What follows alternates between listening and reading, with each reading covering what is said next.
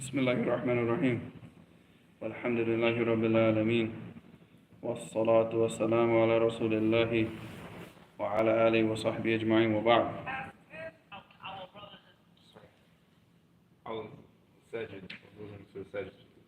We're on chapter 67. باب لا تحقرن جارة لجارتها ولو فرسن شاه. لا تحقرن, what does that mean? Not belittle. Yeah, don't look down on, don't belittle, don't think it's something that's being small and insignificant. Jaratun li jaratiha. So female, and obviously this one is specifying the women because it's talking about food and preparation of food. So generally this is between what? Between the women, yes. So it says لا تحقرن جارة لجارتها ولو فرس شاه. What is a firsin? Alright, human beings have a qadam, it's a foot. Faras has what you call al-hafir, which is the hoof of the horse. Alright, the shat and the ba'ir, they have what? Firsin. Firsin is the foot of the sheep. Now obviously the foot of the sheep is just all what? It's like fat, there's no real meat on it, right? So what is he saying here? You know, the bab, because this goes back to the hadith. لا تحقرن جارة لجارتها ولو فرسن شاة. So even if it's just the foot of a sheep, you should not belittle this. What's the meaning of this? It's not that much meat on it, but it's something. It's, you know, that's the. It's small, but it's something. You should never belittle any act of goodness, even if it's something as small as giving the foot of a sheep.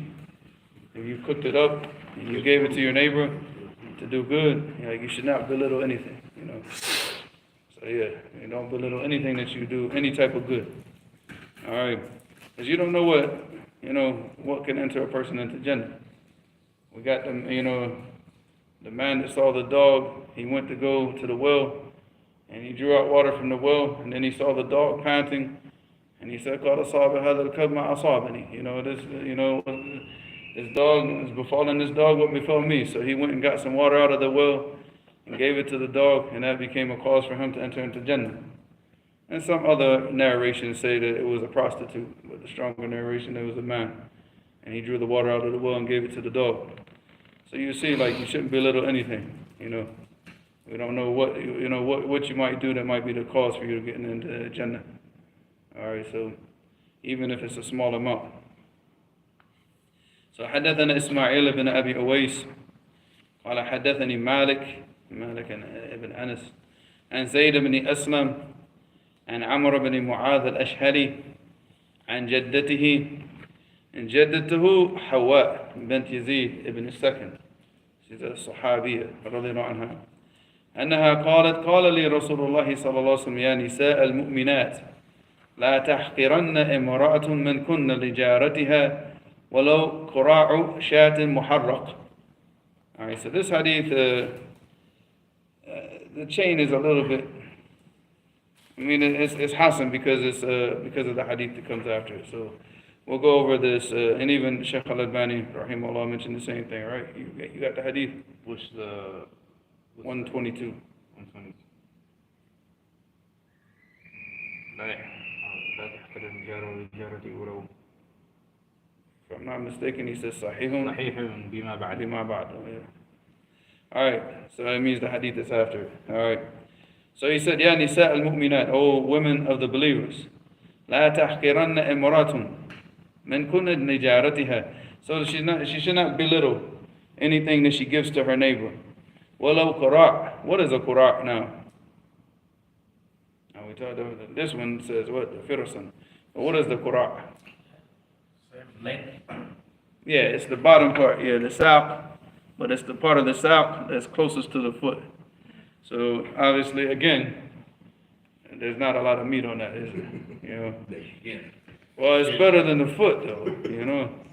It's better because you can, still a bone. You can still put that in there and make some broth out of it. But yeah, all right. But it's yeah. So he said, like, the believing women, oh believing women, you shouldn't belittle any act of goodness that you give to your neighbors, even if it means just giving, the shin of a shah, of a sheep. Muharraq. What is muharraq? Yeah, and it's burnt on top of that. Now obviously, like I said, this hadith, without the hadith that's after it, is weak. But you wouldn't give your neighbor a burnt shin of a goat or a sheep. Just like, come on, man. You gotta be a little bit more respectful to your neighbors. But but the hadith that's after it is, but you still should not belittle anything good. If you burnt the food, give that to your family. Don't give that to your neighbor. Yeah. Give the good food to your neighbor. So the next hadith, 123, and this hadith is authentic. This is the one that strengthens the hadith before.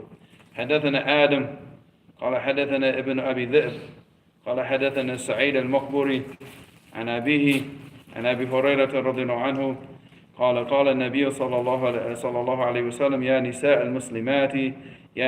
المسلمات لا تحقرن جارة لجارتها ولو فرسنا شاة. So this is the hadith that goes along with the chapter heading. So he said, "Oh believing women, oh believing Muslims and Muslimat, oh women of the Muslim, the Muslim women. All right, oh Muslim women, لا تحقرن جارة لجارتها." So you shouldn't belittle anything that you give to your neighbor. ولو فرسنا شاة, which is even if it's the foot of the sheep. That's all you have to give. And obviously, if your neighbor knows that you're poor. Yeah. And this is all you got, but you're just trying to show good. Share. Yeah. You should accept it and be happy and thankful. Smile. Don't be all bougie. And be like, what's this? What is this all you got, man? Keep that, man. Feed that to your dog. Like, what are you giving me this foot for? Good food though. What? Uncle, I was laughing and he got a Gucci shirt on. He's laughing because of the term bougie. I don't think he's ever heard that in a hadith class before. Yeah. But that's not Gucci. I keep telling you, that's knockoff. That's a knockoff. That's a Chinese Gucci. No. Uchachi. TJ Maxx. Oh, this TJ Maxx. Oh, Well, that means it's real. It's just old, right? No, it's real. The TJ Maxx is real. It's real, but it's just like some of them. Old fashioned. No, some of it's like old. They can't. They had it in out of style. And they had it in the warehouse, so they sell it off for cheap. Some of them they had defects. Yeah. Like if you look through it, you find like there would be like one little small. So they recall them, and then they just give them to like Burlington Coat Factory, TJ Maxx, and stuff like that. But it's still real though. So you're being bougie too. That's why I started laughing, because he's laughing with a Gucci shirt on. Hey man, there's nothing wrong with that. Well, he got a Gucci shirt from TJ Maxx. Are you jealous? Yeah. We can go to TJ Maxx right after this class and get you one. Get the whole family one. He ain't gonna like it when I wear my white one. He ain't gonna like it when I wear my white one. Where'd you get that one from? Same way. Same place. Hey, I tell you what, I got a Guess corduroy jacket. Everybody hits me up with, man, at Burlington Coat Factory. Don't sleep. I got a cold Guess jacket at Burlington. There you go. You gotta learn this stuff, man. Hey, man, you gotta spend a lot. We're going to fashion fair.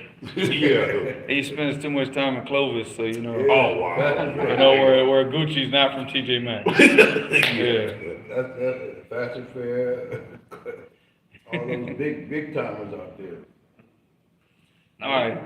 So I said, inshallah, this week we'll read out of Sunan Abi Dawud. If you want to look for it, just go to Kitab al-Malahim, Sunan Abi Dawud. You can find it online. So this way, if you want to read along with the book, I'm just gonna, because there's certain hadith that we kind of like touched on, but we didn't talk about them. So I said, okay, inshallah, this week we'll try to sit down and read them. And just certain ones. So I'm not gonna sit here and read the whole book. I'm just gonna go through the stuff that we kind of touched on, but we didn't. Kitab what? Al-Malahim. Al-Malhama. Al-Malahim. What hadith number? It starts at 4,291, but we're going to start at 4,292. All right, so Bismillah. Babu ma yuftaru min malahim al-rum. All right, so it says here what's mentioned about the fighting and the trials that are going to happen with the Romans. You see what happens, boy, when I yell at the khutbah like that? That's why, like last week, I was peaceful. I don't feel like, I didn't feel like today, I really did it, right? Because that's what a brother came up to me, he said, man, that was a good khutbah. I said, yeah, but it cost me my voice, you know. Today I was yelling, huh? Nah, I don't think you was yelling. You were yelling. A higher pitch. Good. The people in the front row, they know I was yelling because they were the ones getting spit on. Because whenever I go and start getting really hyped up, you can just see like it's like a 50 caliber, you know, just shooting everywhere. I told you, you got to put a plastic covering here. All right, so bab ma yuzkaru min malahim al-rum. All right, so this is talking about what's mentioned in the last days about the fighting with the Romans. All right, but the Romans don't exist anymore, right? Talking about the Christians. No, it's talking about the Romans. They were the Christians at that time, weren't they? Yeah, but this is the Romans. Romans, okay. Yeah. They were a special kind of people. So who's the Romans? Who are they? The Catholics. The yellow people. It's the Simpsons. No, you know the yellow. They were the Catholics, though. They're what we are called Catholics now. Okay, I'm saying, but that's all fine and dandy. But I'm saying, where are they now? They ain't got nothing. Huh? Here amongst us? Europe. They're in Rome. Well, I mean, all right, you got like two different separate opinions, right? Some of the people might say, well, America is the new Roman Empire, right? And that's kind of, you know, I used to say this myself, but then when you think about it, the people from, the vast majority of the people that made up America, they're from Britain. They're British. You know, and then out in the Midwest, they're Germans. And then you have some Spanish. But the majority of what you see in the government today, their origins go back to Great Britain, right? So Britain wasn't a part of the Roman Empire. They were kind of an offshoot. They weren't completely under the control of the Romans. So then you say, okay, so it's America. It can't be America, even though America has set up the same system of government. So is it Russia? Huh? Russia or No, Russia has nothing to do with the their Romans. ancestor is like Armenia, like the part of East Europe. I think that their ancestor of the Roman Empire, the leftover of their place. Because Well, you got Furs is Iran now, right? Like the Persian or the Furs. you got the European Union, and that's what I was thinking. Allah knows best, you know, because even if you notice once they established the European Union, they established it, and then who exited the European Union? Britain, who wasn't a part of the Roman Empire in the first place. So, is that it? Allah knows best. But as far as the Russians, no, because the Russians had nothing to do with the Romans. It's a whole different people. You know, that one idiot, what's his name? That guy. Daniel Hakiki? No, there's a lot of idiots on YouTube, but there was one guy. He's smiling. That one guy, the one who always talks about the last days, and his wife actually filmed him watching porn. Watching porn? Yeah, it's like an Indian guy from Trinidad and Tobago, I think. No. He always talks about the last days. I think, is his name like Imran Hussein? Yeah, that guy. He's old, right? Yeah. It's him. He's the one that's constantly saying that it's the Romans. Not the Romans or the Russians. No, man, he needs to lay off. The Romans or the Russians? Yeah, whatever medication they got him on, he needs to change his medication. Because the Russians have never historically had nothing to do with the Roman Empire. So the Roman Empire is going to be established in the last days. It's either going to be established under the same government that they were on before. So that's what the Hadith is saying, because I kind of lost it, that the Roman Empire is going to be established in the last days. So Allah knows best. I mean, I used to sit there and think that it was just America, But then when they started reestablishing the European Union and everything, so You know what? I mean, I kind of do think it's America. Not that I know a lot, but in our community, we call this New Babylon. We take that from the no, but Jamaican. there's no connection between this. I'm just talking about is there, I'm just wondering, is there a significance when they mention the Roman Empire? Because there have been empires that have rose and fell. When they mention the Romans, they mention the Romans. Specific. Oh, yeah. Oh, Well, not. read the rest of it. See what it says. No, I mean, I know, because, going through all this before over and over and over again. So when he's talking about the Romans, he's talking about what was known as the Romans in that time. And the British were not under the Roman, they were not under the Roman Empire. They're not Romans. They didn't speak Latin, they didn't, nothing. There's nothing Roman about the British. And the government here is controlled by who? Israel. No, I'm saying the people in government originally. I'm not talking about the people that are now in the government, but George Washington, all these guys, they were all. the people that established the country, they're all European, British. yeah. They were all from Britain. So, Britain, France, Dutch, I mean, they're the ones that came after them, the Dutch, the Spanish, yeah. all same. What I'm saying in the East Coast, we got New Jersey because the government was established in New Jersey, New York, Philadelphia, those areas. And the people that originally came there, they came from Britain, Ireland. The Irish were not given high positions. They were the indentured servants. Well, I mean, originally they brought them over as slaves, but they just they're like, we're not going to do that for y'all. We're just not going to do that. So, yeah, because they like to fight. So they were not like, Yeah, they're wrong put one. me on a boat and send me back to Ireland. I ain't doing this. So, so, yeah. So then I guess the Irish ended up becoming the hillbillies of what you see today. They ended up going off in the mountains and becoming the southern hillbillies. But the British, those were like the Quakers and all these types of guys. The major landowners, they're all British, so this has nothing to do with the Roman Empire. They might have taken the same system, but it's not, they don't have the same lineage, not the same people at all. They're talking about literally people, lineage, and blood. Well, I mean, yeah, because you have to have a bloodline going back to the Roman Empire. The Roman Empire can only be established by what? Rome. By Romans, right? It says, so whoever is considered Romans. So the European Union will be closer to that than America. And Allah knows best. I mean, we don't really know. All we can do is guess until that happens.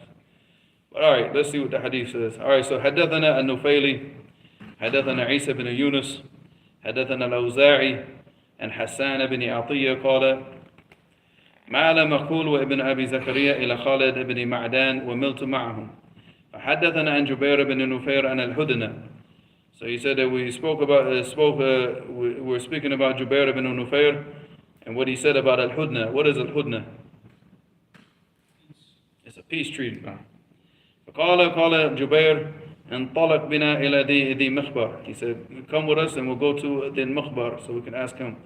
قال ذي مخمار. So they had whatever. They doubted what his name was. They differed about his name. الشاك من أبي داود. رجل من أصحاب النبي صلى الله عليه وسلم فأتيناه فسأله جبير عن الهدنة. So they went to Abu Dhi Mikhbar and they asked him. They said, what did the Prophet صلى الله عليه وسلم, what did the companions of the Prophet صلى الله عليه وسلم, or what did he say, what did the Prophet صلى الله عليه وسلم say about the Hudna, right? فقال سمعت رسول الله صلى الله عليه وسلم يقول ستصالحون الروم صلحا آمنا فتغزون أنتم وهم عدوا من ورائكم فتنصرون وتغنمون وتسلمون ثم ترجعون حتى تنزلوا بمرج ذي تلول فيرفع رجل من أهل النصرانية الصليب فيقول غلب الصليب فيغضب رجل من المسلمين فيدقه فعند ذلك تغدر الروم وتجمع للملحمة. So here he said, I heard the Messenger of Allah sallallahu alaihi wasallam say that you and the Romans you'll formulate a peace treaty amongst yourselves. Talking to who? Who's he talking to? To the Muslims, to the Sahaba. So تصالحون الروم صلحا آمنا. So there's going to be like a sulh between you and the Romans, which means for there to be a sulh, that means what? Peace treaty? There had to been a war. There had to be some issues or some fighting or some differences going on before this. You know, so what goes on before that, Allah knows best. But there's going to be a peace treaty. And then it says, فَتَغْزُنْ أَنْتُمْ وَهُمْ عَدُوًا مِّنْ وَرَائِكُمْ. So you and them, you will fight together against an enemy, a shared enemy amongst yourself. And this enemy is going to be behind you. They're going to be attacking from behind you. Well, we know it is. So if you look at it, like I said, we know where the Roman Empire is. We know where the Muslim countries are. You know, Saudi Arabia, throughout North Africa, the Romans, you got Europe. So the aduwan min waraikum, you can go ahead and look at the politics of the day. Israel, I said. No, the Jews and the Muslims are going to fight. The Romans they're going to protect the Jews. That's not going to They're happen. doing it now. Yeah, but I'm saying this fighting is going to be between a shared enemy. Comment. Russia, A BRICS, common, Russia yeah. and China. The BRICS countries, like basically these countries, But you because know all of what, these countries. the way politics are right now, I foresee just understanding, I think the Jews may end up on an island by themselves. They're going to They're get pushed. doing too much. They're going to get pushed back to Ukraine. Yeah, they're doing, because they're gonna be, you know, them and this imperialist, this gonna be all left. Europe, Canada, and the rest of the world is like, wow, oh. I mean, all of that is speculation. But we're just like looking at, based on the Hadith, that you have a shared enemy. And it's not going to be the Jews because that's not a shared enemy. That's our enemy. It's not their enemy. You understand? So that's a whole different thing. And the Jews are still going to be around at the time of the Dajjal because they're going to be the ones following the Dajjal. It's going to be the Yahud. And those Yahud are going to leave out of where? Huh? No. Yahud Asfahan. And where's Asfahan? In Iran. Now, you're the only guy that can pass a geography test today, man. You're gonna understand your language good. No, because it's in the same language. Isfahan is still the same name in English and in Arabic. Yeah. Isfahan is what? What city? No, actually, no, they changed it. It's not called Isfahan. Yeah, it's not now. It's Tehran. Iran, Yeah, Now it's Tehran. but- Tehran, yeah. Oh, really? Yeah. I see the root word now. So the Jews are going to come out of Iran, and they're going to fight with the Dajjal. The Jews are gonna come out of Arab. That is a cold. What are y'all? Man, see, that's why I gotta open up the live stream because they sit over here like laughing like a bunch of schoolgirls out here all the time. I gotta see what they're laughing at. I don't know because they're over there looking at the What they chat. say? Somebody said something? Nah, I don't know, man. They're just. But yeah, that's behind the Jews because right now, look it up online because we talked about this before. But look it up now. Type in how many synagogues are in Iran right now. Probably more than Los Angeles. I think. More than LA. They got so many synagogues in Iran, it's not even 35. funny. Like maybe more than 200. They say 35. No, it's way more than that. I saw a list on Wikipedia of every synagogue in Iran. It's way Some more. of that stuff be old. New. No, some of that's like Oh. maybe 35 in one city. That one says 31 in Tehran. It's 31 in Tehran alone. Yeah, it says there are 100 synagogues in Iran. 100. I think according to the Jewish Virtual Library. Yeah, so that's, A lot of Jews there? huh? There's a lot of Jews There's there. a lot. There's 100 synagogues.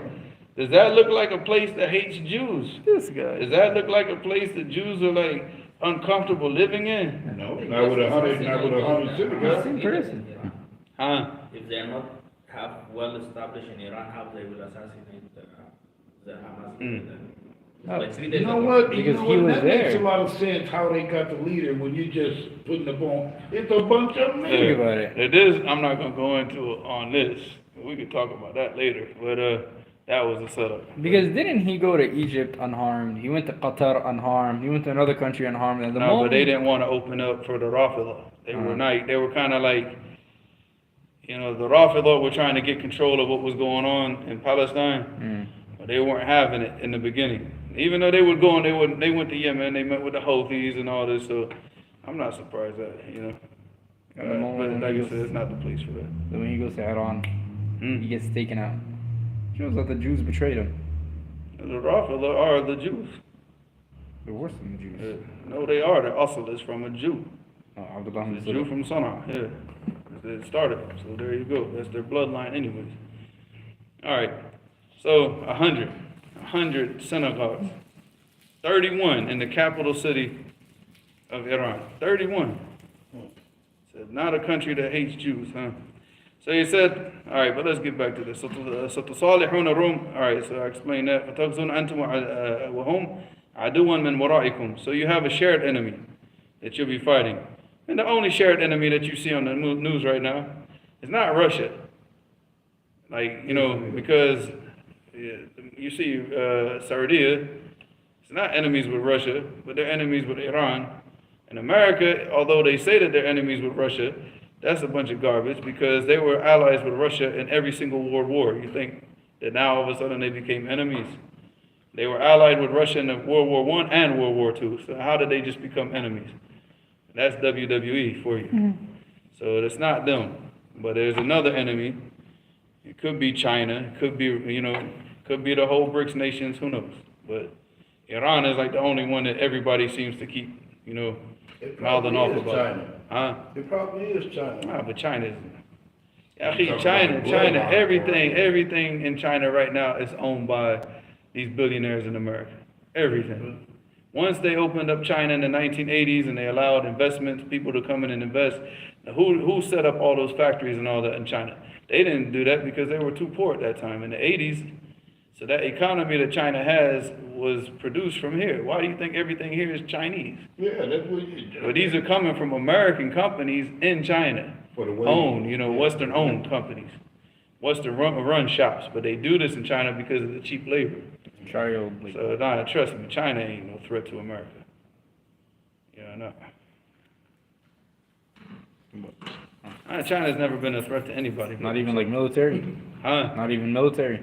No, look through the history of China.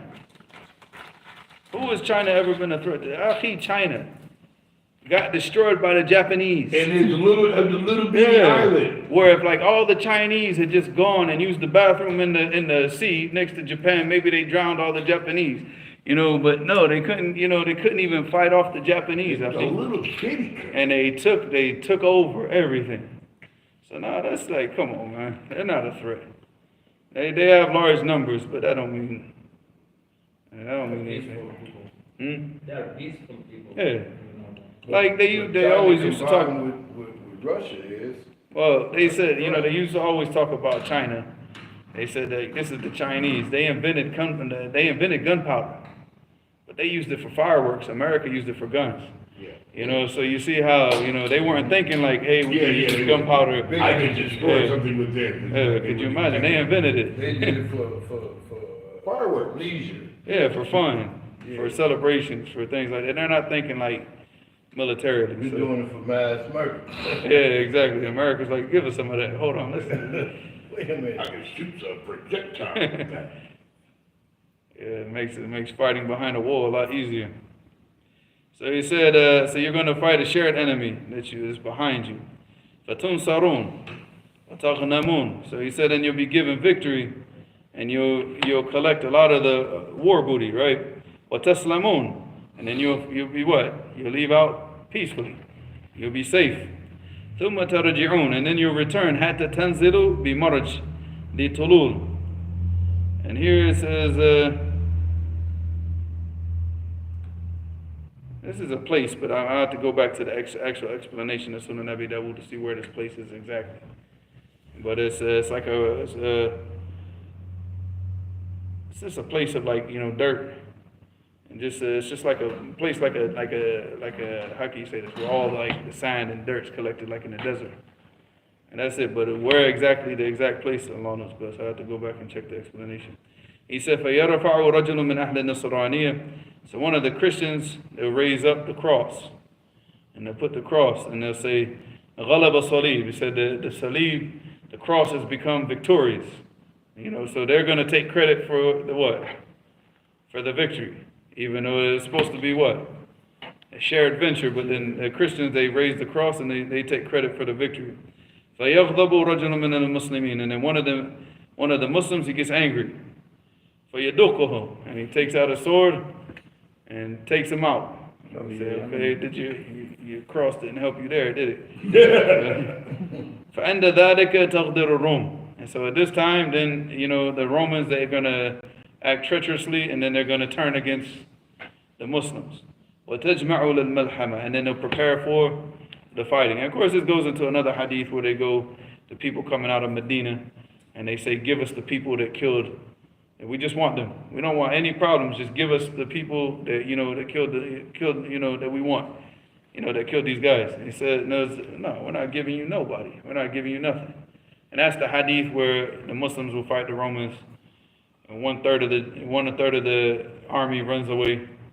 One third of the army gets killed, and then one third of the army remains. Like they win, they're given victory. Let me ask you a question. I was watching a documentary on the establishment of Israel and the New World Order, what happened, and could that have, some parts of that already happened? What you're saying, the fighting, could that have already happened? Because that's like what happened with the New World Order, because they lied, they lied to Saudi Arabia, like, oh, if you help us, then we're gonna help you, over here. And then when they came and formed the New World Order, they lied to Saudi Arabia, it was supposed to be fighting against the Turks, but could it have already happened? Because you're saying they're gonna help you against an enemy, and then, in other words, Do you see the Dajjal?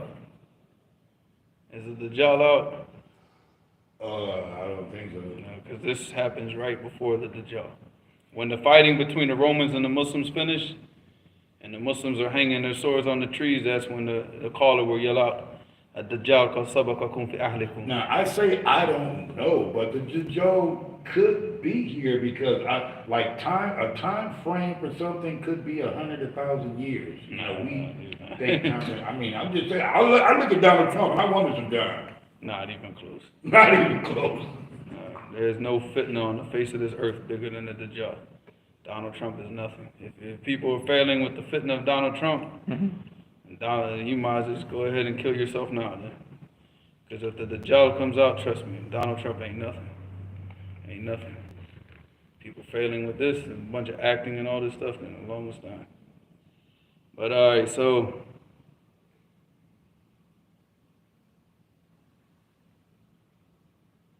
there's a addition to this. حدثنا محمد بن الفضل الحراني حدثنا الوليد بن مسلم حدثنا أبو عمرو حسان بن عطية بهذا الحديث وزاد. So this is just an extra. Like this, with this chain of narration, they added to the hadith. ويثور المسلمون إلى أصلحتهم فيقتتلون فيكرم الله تلك العصابة بالشهادة. But this isn't narrated also in Sunan Ibn Majah, but there's going to be only 1/3 that's going to get the shahada. The other third, they're going to, like we said, 1/3 is going to run away, 1/3 is going to die, 1/3 is going to remain and be given victory. And that is authentic. I think it's this next hadith. Hold on, let me see. Because this is talking about the Amarat al-Malahim. حدثنا عباس العنبري حدثنا حاشم بن القاسم حدثنا عبد الرحمن بن ثابت بن ثوبان عن أبيه عن مقهول عن جبير بن نفير عن مالك بن يخامر عن معاذ بن جبل. Alright, so Mu'adh bin Jabal, the narrator, قال رسول الله صلى الله عليه وسلم عمران بيت المقدس خراب يثرب وخراب يثرب خروج الملحمة. This is this hadith is daif. I'm looking at like what? No, I thought it was something else. So no, we're going to read this hadith because we spoke about this, but we didn't go into it in detail. حدثنا عبد الرحمن بن إبراهيم. This is hadith number 4297. إبراهيم الدمشقي حدثنا بشر بن بكر حدثنا ابن جابر حدثني أبو عبد السلام عن ثوبان قال رسول الله صلى الله عليه وسلم يشك الأمم أن تداعى عليكم كما تداعى الآكلة إلى قصعتها. So he said that, this is Thawban, he narrated that the Messenger of Allah sallallahu alaihi wasallam said that it's going to happen, it's about to happen where like all of the nations will come together. They're going to call the people together to kill you, to fight against you and to destroy you and to get rid of you. Just like they're going to come together to fight the Muslims? Yeah. He said, يُشِكُ الْأُمَمْ أَن تَدَاعَ عَلَيْكُمْ كَمَا تَدَاعَ الْآكِلَةِ.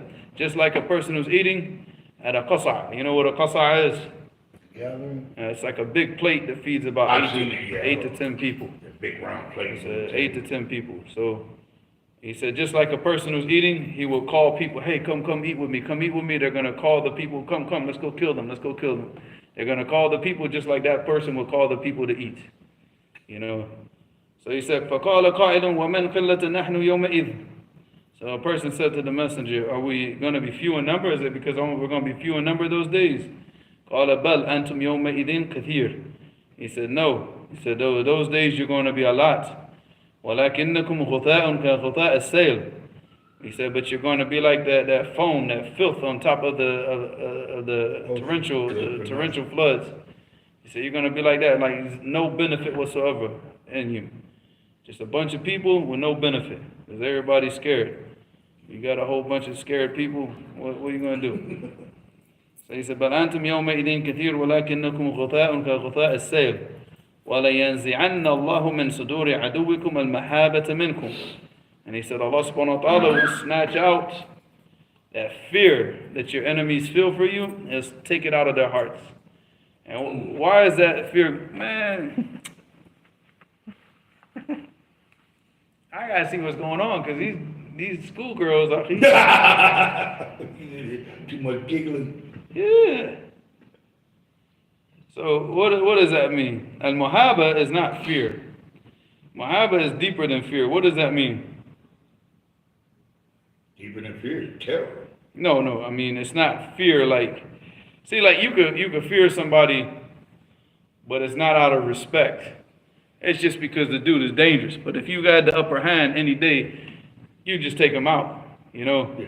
So it's not that type of fear. But the fear it's a type of respectful fear. Shut up. All right. It's type of like, you know, you respect somebody so much that you have this fear for him, like a sheikh. Like whenever I used to go ask the sheikh a question, I start shaking like a little girl. You know, I started sweating, and I'm like, just to ask this man a question. But why am I so worried? It's because of that respect I have for him. Yeah, but that's not because he's authority. Just awe, respect. It's like that in the hood. Nah, I sat with princes in Saudi Arabia. I did not have that feeling with them. But the sheikh, no. Like when I sat with the sheikh, it would just be like, I'm scared to even talk or do anything, because I'm like, I might make a mistake in front of him or something like this. You know, it's different. This is muhabba. This is like al-haiba.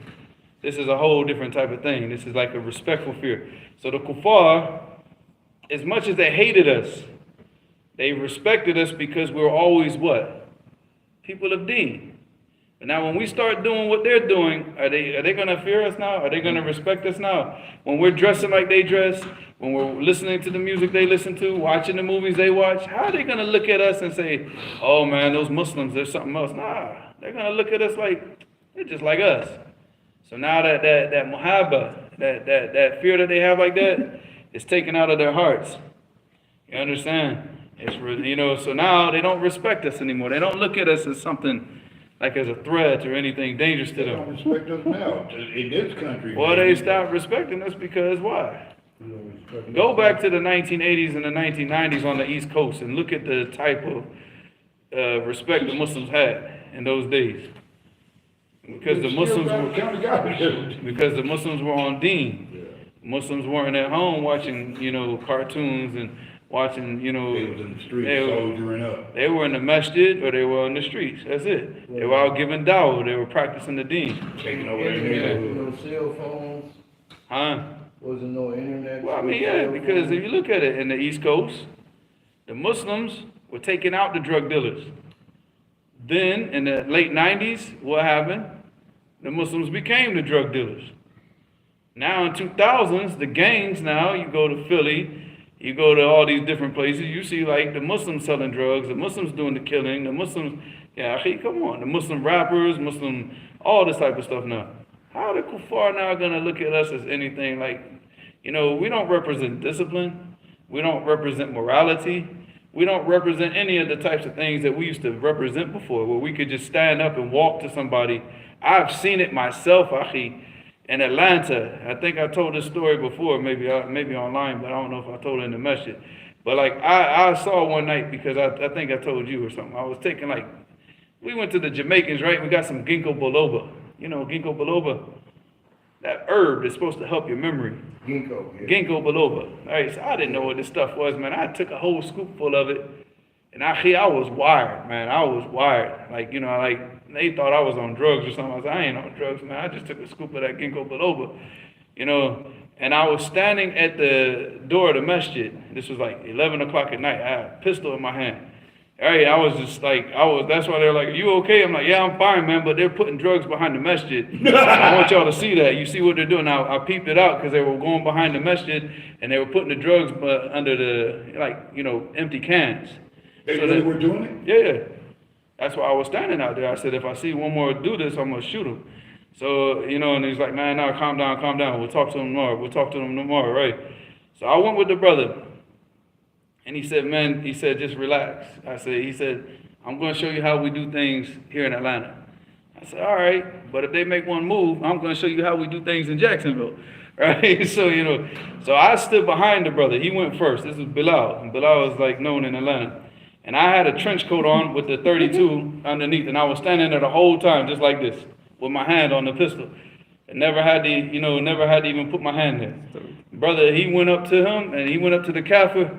He said, y'all putting drugs behind the masjid. That kafir never raised his head. He looked at the ground the whole time. He's like, man, that's them boys down there, man. I ain't got nothing to do with that. They doing that. I ain't got nothing to do with that. And he said, are you doing it? He said, hey, man, I'm gonna tell him. I said, hey, man, that's wrong what y'all doing. That's wrong with you. You know, he started saying it, but he never looked at us. Because it was like, you know, if you looked like it was Bilal, I'm a little bit taller than Bilal, and then the brothers, there was like 3 brothers behind me, you know, all the way up to like 6'3", right? Big brother, like the last one. So either one, if he did anything, he was going to get shot or, you know, smashed, one of the two, you know. And we didn't have to do nothing.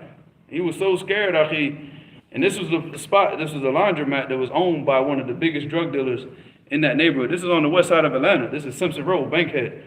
You know, Bankhead, anybody from Atlanta, they know the neighborhood. And this happened right there at that laundromat where they all sell drugs at. That dude got scared. But that was that fear that they had for the Muslims. This is in 99.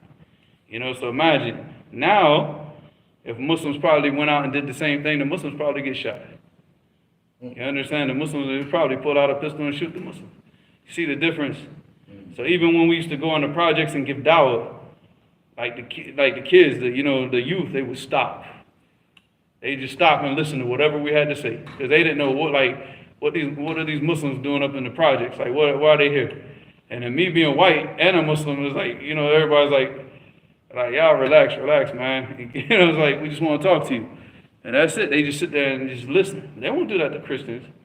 If Christians come and talk about like, hey, I want to tell you about Jesus, man, we ain't got no time for that. You know, they're gone. But when we used to talk about Islam, they used to listen.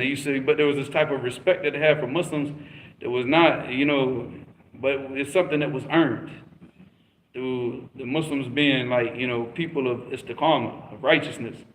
You know, but now, you know, so once you start to fall into these sins, and the Muslims now, you see, right now, they're not worried about us. Like, we pose no threat to them right now. The only people worried about us is the Jews. But the Jews ain't worried about us in the state that we're in right now. They're not worried about us. As long as that stuff right here is empty for Fajr, these Jews ain't cared about nothing about us, as they know that they can defeat us.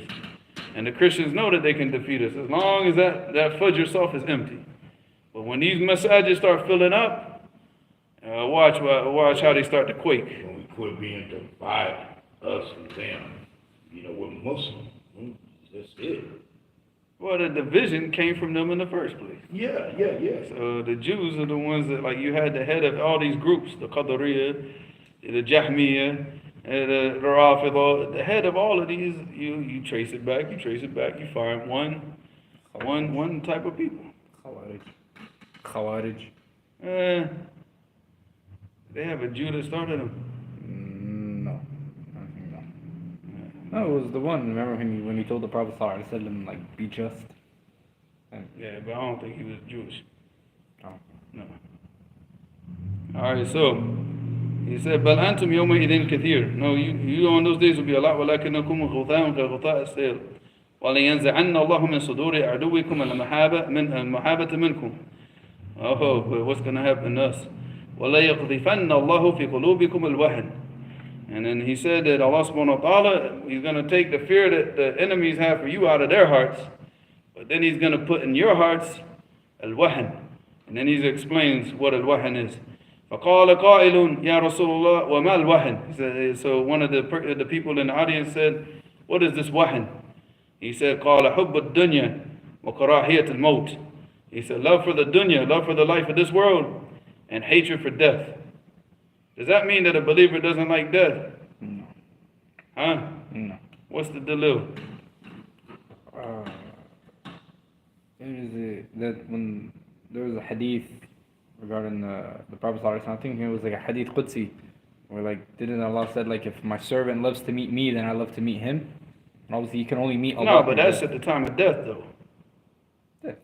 No, that's at the time of death, when you get when the angel comes to you and gives you bushra at the time of your death.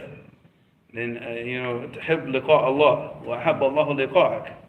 But for the kafir or the person now where the angel of death comes to him and doesn't give him, the angel of punishment comes to him, then that person is going to hate the meeting of Allah subhanahu wa ta'ala, because he knows now what he's going to go to is going to be more severe. Whatever he's going through at this time of his death is what he's going to go through on the day of judgment is going to be way severe. So he hates the meeting of Allah subhanahu wa ta'ala. كَرِهَ لِقَاءَ اللَّهِ فَكَرِهَ اللَّهُ لِقَاءَهُ. But no, the hadith of Abi Hurairah radiallahu anhu, the hadith of the wali. But at the end of that hadith in Bukhari, he said what? He said, إِنَّ اسْتَعَاذَنِي فَأُعِيذَنَّ وَلَا no. Look it up, because I didn't memorize this narration in Bukhari. But he said there's one thing, there's only one thing that I hate to do. And there's one thing that I dislike most, is the taking of the soul of my servant. فَيَكْرَهُ الْمَوْتُ وَأَنَا أَكْرَهُ what? إِسَاءَتُهُ. He said that, Allah subhanahu wa ta'ala said that he hates death. He hates that he dies, and I hate to do something that he, something like not bad to him, but do something that he dislikes. Because he has to, but it's like he has to take the soul. And everybody has to die. What's the wording? Just read it up. You're right next to the camera, so. Oh. Your voice will probably come in clearer than mine.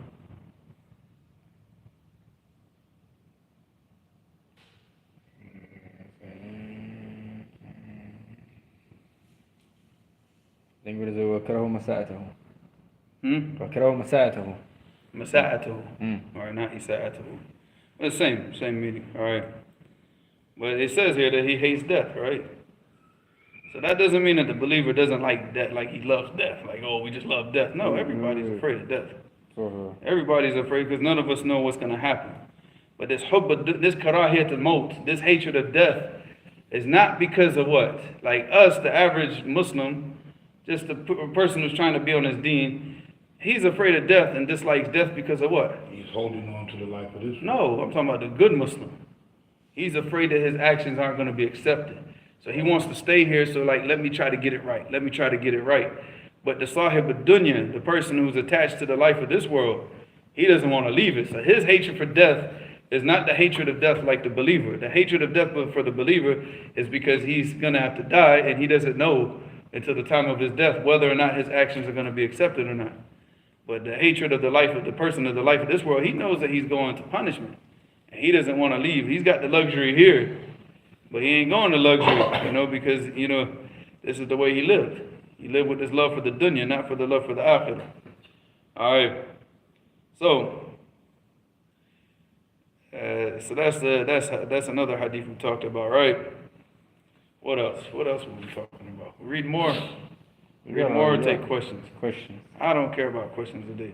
Let them decide. It's Friday, so Friday is the open discussion day. Yeah, this is open discussion. This is more fun than taking questions. You look at the questions, I'll find another hadith. See, Jakarta says more hadith, and that's what I believe. Fatima said period.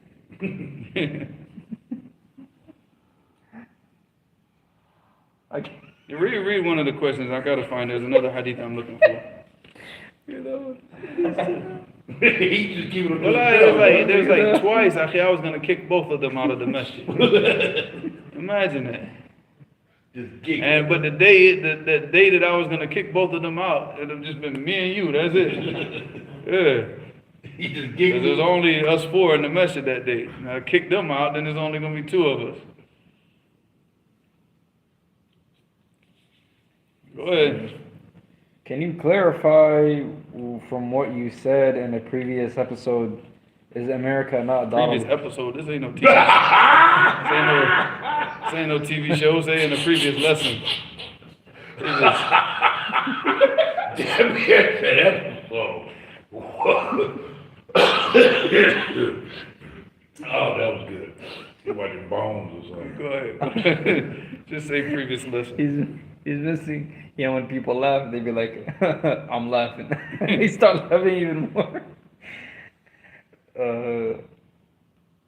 Can you clarify from what you said in the previous lesson, quote unquote?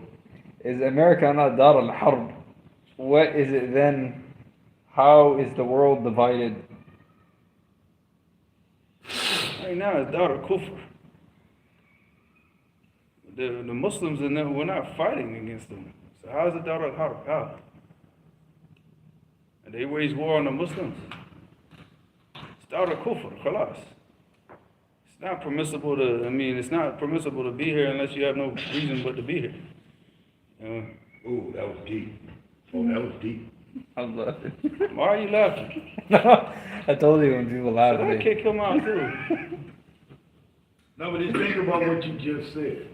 Like, I think that everybody kind of have an idea. Unless you have a reason to be here, you shouldn't be here. Like, We shouldn't be here. Like, we're stuck. We were like 400 years of slavery. We're here. But I took the saying, but like to come here, like, oh, America is like where I want to go. Everybody should have the intention to get out of this place. And if you don't have the intention to get out of this place, now, like I said, you having the means to get out, one thing. But you should at least have the what? The desire. The desire and the intention. And that's why it goes back to the Hadith of Abi Hurairah. He said, this is not talking about living, but this just gives you an understanding of the importance of at least having the intention, even if you don't do the action. Where the Hadith of Abi Hurairah, where he said, قال رسول الله صلى الله عليه وسلم, he said, من لم يغزو ولم يحدث نفسه بالغزو مات على شعبة من النفاق. Let's just check to make sure the wording of the hadith is right. So he said, من لم يغزو, whoever does not fight in the path of Allah, ولم يحدث نفسه بالغزو, ولا يحدث نفسه بالغزو, that he doesn't even tell himself that if I get the opportunity, I'm going to do it. So he said he has to have one of those two things. Either one, he did it, or two, what? Yeah, the intention. And he has the intention, and he tells himself, no, when the time comes, I'm going to do it. He said, Mat ala shu'batin min an-nifaq. If he did not do one of these two things, then he died on a branch of hypocrisy. Man. So the same thing now when we're talking about living amongst the kuffar, everybody should have the intention to leave. And once they have the means to leave, they should put those intentions into practice. Or everybody should have the intention to get an arsenal, because I'm gonna need one of them hillbilly guns with the scope and what they be showing on them, the Proud Boys, what they got. You found the hadith? This one. Read it. Because I got a place to go. I'm like, من مات ولم يغز ولم يحدث نفسه بالغزو مات على شعبة من نفاق. الراوي أبو هريرة المحدث. Yeah. I think it's Sahih Muslim or أبو داود. check the next narration. واللفظ لمسلم. I think واللفظ له وأخرجه مسلم وأخرجه مسلم. Yeah, that's what it is. All right. What questions do you? If a Muslim reaches his hand out to you while giving you salam, is it an obligation to shake his hand? And if so, is it also an obligation to shake his hand if he does it without giving salam? I'm assuming this is a man asking the question. yeah. It's a woman. I don't know. My wife don't shake. So I mean, if it's a woman, it's not permissible to shake a man's hand. No, like if a woman shakes another woman's hand. She would do this. They said if a Muslim reaches his hand out to I'm just making sure I'm saying that this is a man asking. I don't know if it's a man asking. Because it might be a woman saying if a man tries to shake her hand. Like chicken fingers, we don't know if chicken fingers is a man or woman. Well, we don't. or penguin fingers Well, or just doodle get bob. the ruling as for men. Women. If it is a I'm man laughing. who reaches out to shake the hand and gives you salams and you shake his hand, They said the same gender. yeah, shake his hand. Why would we gonna leave his hand there and like not shake his hand? That'd be kind of rude, wouldn't it? The thing is like what's the hukum? Is it jaiz or is it haram? Haram what? If someone gives you salam and they stretch out their hand so you can shake it, but you don't shake their hand, is it haram? Haram is disrespectful, akhi. So it's haram not to shake their hand. Yeah, because I mean that's from the tahiyyah, and And doesn't the Quran say when somebody gives you a greeting, you give them one equal or better? Mm. You being deficient. that's no, you can't do that. That's They just being an disrespectful. a-hole. Yeah, you being a bubble.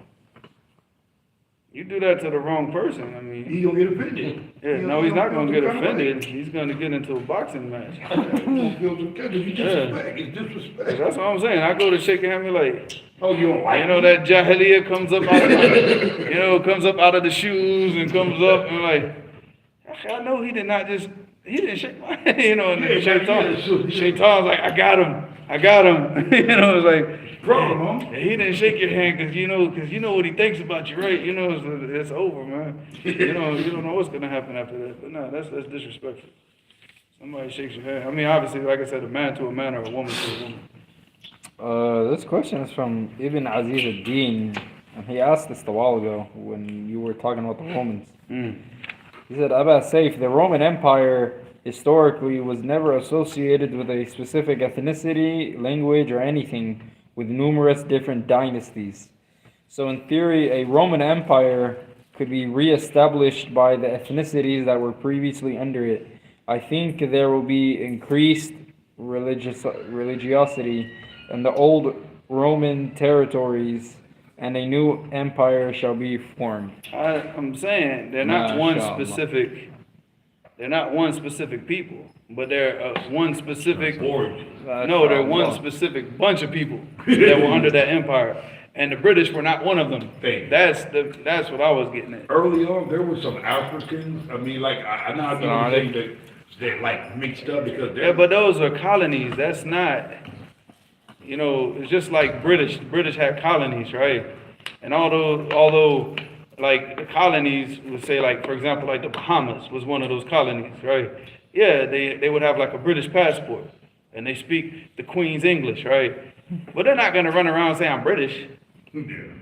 They're Bohemian. They're from the Bahamas. It's a colony, So being British and being a colony is the same thing being in the actual Roman Empire or being a colony of the Roman Empire, because the Romans controlled all of Sham.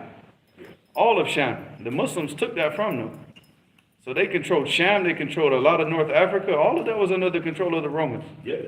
So I mean, but that doesn't mean that these were Romans, But the language was forced on them. Yeah. And the culture was forced on them. Especially as they were colonized by the Romans. Constantine, it was a large part of Africa that was part of the empire. So you're making a good point. That was considered Rome, even though that was a Roman Empire. This part was African. Yeah. Yeah. So a lot of, like, with the colonies, they're kind of like, you rule yourself. Just give us pay this, us. just pay us. Just pay us. And it's the same in Islam. We're talking about when, those countries, they pay the jizya. But they rule themselves. The Muslims are not, they're physically ruling them. No, that's their country. They pay the jizya. The right to do that you don't violate our law. Yeah, once they violate, then it's over. Yeah. This question is from Hamid Jamal. He says, it is if a seller, for example, has inventory that he buys and sells, can he give zakat on the profit or money he makes on selling the inventory instead of the inventory itself? Everybody get the same look on their face. I'm laughing. Hey, I mean, the only thing that I can think of, right? I'm laughing. No, because he's probably looking at the fact that, because there's opinion about the urud al-tijara, like, because a lot of the ulama, originally, like the urud al-tijara, like you put your money in investments, You're not putting your money in the bank, so his inventory is invested. So his money's already invested in that inventory. And that inventory sits with him for a year, so maybe he's looking at it from that perspective. But it's money, you know, zakat is on your amwal, you know, so, and although a lot of the ulama, especially even Shaykh al-Uthaymeen, rahimahullah, he went with that opinion about the urud al-tijara, that you have money caught up in investments, that the money is not. The money that you pay zakat on is the money that you have saved up That's my for a period of understanding. 1 year. You know, Yeah, it has to be above what is needed so anything above what's needed to survive, basically, extra. it has to be with you for a year. It has to be with So all of the stuff that you have in inventory and all that, that's not money in your hand, because you might not sell that. You might not. May not ever get it back. Yeah. Fireworks. That don't sound like, that sounds like someone Yeah, beating a drum. downstairs. Huh? Oh, that's outside. That's the fireworks. I think at the baseball park. Yeah. No, baseball's all over there. Yeah, but they do those big fireworks. Yeah. Yeah. Well, let me go see. That's Why all. don't they drop on the building? See those people. But It this, ain't no gunfire. Nah, that ain't no gunfire. If that's gunfire, then we're in Yemen right now. It'd be That's- more rapid. Oh, that's fireworks. Yeah, they're coming down there. Well, we know, because we've been through this so many times in the class, where everybody looks up and is like, what is that? It's the fireworks from the baseball field. Because they had a home game, it's Friday. No, they do it every time they win, so I'm not over it. Every time they win, they do that. Yeah, it's like once a month. Wow! I'm laughing. Wow. No, they do the same thing in Sacramento. I live up there. The River Cats and the Grizzlies are like rivals, so I'm used to the I won. If you don't see the fireworks, they win. They lost. So they won today. All right, they just shoot off like squirt guns or something. And no more questions? Are you busy typing? no, I'm waiting for you to finish. All right, 'cause I'm trying to understand what the question was. Because, no, that's the question, because I didn't know what we were talking about. That was too bad. Or That was what are we like- really talking about? All I heard was some money saved up, so what is the question really talking about? He was talking about, do you pay the zakat on the money or the inventory? Oh, yeah, that's deep. Because if the inventory sits for like a year, but the inventory is not money. That, you know what? That's a good question. That is actually a good question. Now you got me thinking. But it's not. Even in investments, you don't have to pay. No, but it's a question I've never heard You only asked. pay the 2.5%. Well, see, the thing is that Shaykh al-Uthaymeen, rahimahullah, he gave the opinion. And I really with him on, I understand why he gave the fatwa that he gave. He said because these big businessmen, they don't keep their money in the banks like the poor people do. Their money is tied up in investments. They're not just sitting in the bank. They don't just have their money just sitting in the bank sitting. So that's And part- businessmen, they got their money out working, you know. So now, if they got all their money tied up in investments, where's he gonna pay zakat on? Because he doesn't literally, in his bank, there's no money, right? So that's why he started giving the fatwa that, on the urud al-tijara, you know, like, so whatever thing that you have, your money is invested in these types of investments that you still have to pay zakat on that. Yeah, because like some whole lot of investments, like what if you have an investment, or just look at this, what if They you have must an have really won investment- tonight. What if you have, How they euro- no, but just think, what if you have some stocks that you didn't have a year, 2 years, wouldn't that count as having it for a year? It's just sitting there. Yeah, because it's all you got to do is just sell it, and it's already money. But you had it. Because you got to understand, the money is not money. The money is not what you're paying zakat on. It's paper money. There's no zakat for paper money. Yeah, The zakat is for gold and silver. and it's So just anything that's grains used in the place of gold and silver and has, you pay with grains. no, it was with the grains or anything that's stored. Yeah, Okay, you don't pay, you pay the cut with it, not on it. oh, with it. Okay. So the point is like with the money, it's not the money, it's the gold and the silver. So if you have anything that has that value, it takes the place of gold and silver, that you have to pay zakat on. That's so stocks, bonds, and all this type of stuff. Yeah, you still have to pay. Whether you keep it every year or not, You have to have it here. You have to have it throughout the year. I'm saying, all right, Either you have to have it for a year. if you pay the cut on it this year, you still pay the Every year. naturally. Every year, once a year. What's left? What's left? For instance, like if like I'm trying to tell my wife, if you get some money like today, What's the next question? You don't have to pay zakat on it this one. هذا يتكلم. You haven't had it in years.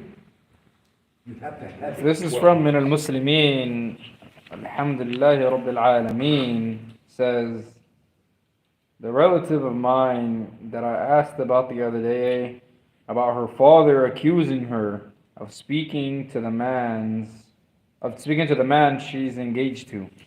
I wanted to know the ruling, if this would fall under slander. Like, you asking the question, or like what? Or like the father accusing the girl, or you simply telling us that you have a relative this and you informed us about it. So you need to be... The answer, I was talking about, because this was already came up in the last class. It's not slander because the person he's not like the father's going out to the street and saying, oh, my daughter is talking to another guy on the phone, but it's an accusation. So it's not slander. There's a difference between slandering. Slandering is just like when they asked the Prophet ﷺ asked the people, you know, تعرفون ما الغيبة? Do you know what backbiting is? He said, and he said, Allah wa Rasuluhu alam. فقال ذكرك أخاك بما يكره. You know, you mentioning your brother and something that he dislikes. So the Sahaba said, وَلَوْ كَانَ فِيهِ مَا نَقُولُهُ. And what about if it's, you know, it is true about him? We're saying something that's true about him. You know, like if he's stupid, he's stupid. And we're saying this is true, he's stupid, right?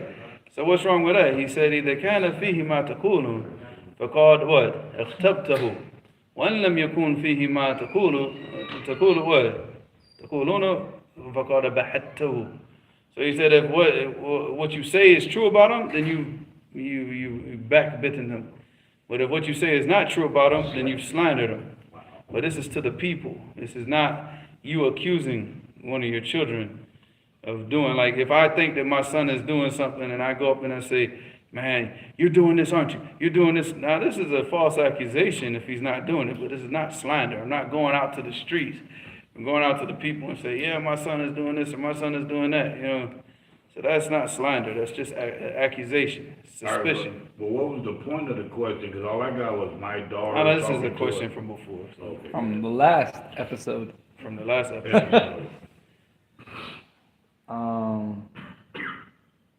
Because that is fahisha, to be clear. If your daughter is talking to a guy. No, but the thing is she's not. Oh. The father thinks she is. Oh. And the father's accusing her of doing this, but she's not, according to what she says, or I don't know who this person is. So. Well, he ain't got no witnesses, so how is he accusing? He ain't got no witnesses. Don't he need witnesses to No, he's not accusing her of fornication. He's accusing her of just chatting with her fiance. To her fiance. But that would fall under fahisha. Fahisha is in there. Isn't sin? That's not fahisha? No. You only need witnesses when you're bringing somebody to a court or to a council in order to have something done to them. Yeah. That's it. Then you need witnesses, but if you see... You got a question, I got a hadith. Whatever the case is. Questions that, because, yeah. That's right. No, you're welcome. It says from, I think, Azam Sahab says, is it true that the Pharaoh from the Quran is Ramses II? I don't know. Who cares? Like, who cares? Who cares what his real name is, you know? If Allah wanted you to know it, Allah would have mentioned it. If it was that important, Allah would have mentioned it. Why do you pay attention to things that Allah did not mention? He didn't mention it. He mentioned some of them. No, I'm saying he didn't mention his real name. He mentioned Fir'aun. Khalas, that's it. That's all we know. That's all we need to know. Yeah, I mean, that's it. I mean, there's no point in going and searching for this type of knowledge. If Allah wanted you to know it, He would have mentioned it. Khalas. Focus on what's important. The lesson that you're supposed to take out of the story of Musa and his, you know, what happened between him and Fir'aun. Take the ibrah, take the lesson. I'm concerned with, like, you know, Allah's time. This is from Talha Hassan. Says, is it halal for her to use her mouth? Man, cut these questions off. No, I think it's actually a serious question because they don't really make the No, joke. but there's women in this chat. Akhi, stop, man. Ittaqillah, ya akhi, istahi ala nafsik. There's women in the chat, akhi. You ask that amongst men. No, That part. yeah, he said if you don't answer here because women may be watching, then No, where man, can I that's go? not. Now, don't even ask that type of question here, because you know there's probably women watching. You see all these hearts and stuff up in here. These man, and dudes are sitting here putting all these hearts out here. We got some issues, man. Oh, Yeah, billah. no.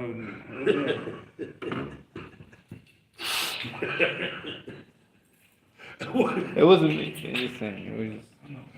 Don't look at you. I mean, it's there in the chat. The people I'm going to. embarrassed for the person that typed it, and I'm embarrassed for the person that typed it, and everybody's reading it. Because everybody's going to see the question anyways, regardless of It you was reading there. it It or not. was. It's been there for like 15 I minutes know what I'm already. saying. The people already saw the I'm question. Yeah. embarrassed about that.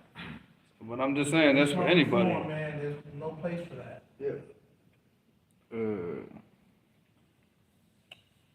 Chicken Fingers said Did he really change his name back? what he was doing. First, he came as Penguin Fingers, then he signed into his account Chicken Fingers, and then he was talking to his own self using 2 different accounts, and now he's back to Chicken Fingers. So he went from Chicken Fingers to Doodle Bob To who? to Doodle Bob to Don't, come on, just ask the question. We don't need to give this man the history of all the names of these guys. Yeah, this is Friday night. It's open discussion. Yeah, but I'm saying, we're discussing like, openly. let's discuss something other than chicken fingers and stuff like that. All right, you're gonna like this one. It says, Adab, did your journey of seeking knowledge in various Muslim countries shape your mindset and outlook on life in a positive way? And what events in your life changed you for the better? A positive way. Man, look. When you leave America and you leave this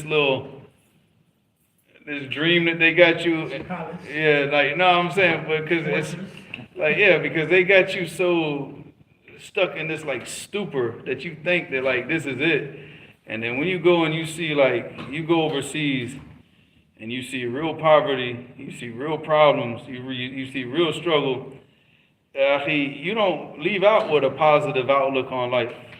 Because you know, like, I came out with this outlook after sitting in Yemen, going through what we had to go through in Yemen, going through what we had to go through in Saudi. I came out with the outlook like this. Only thing I care about is Islam. And that's the only thing that I have hope for in this dunya.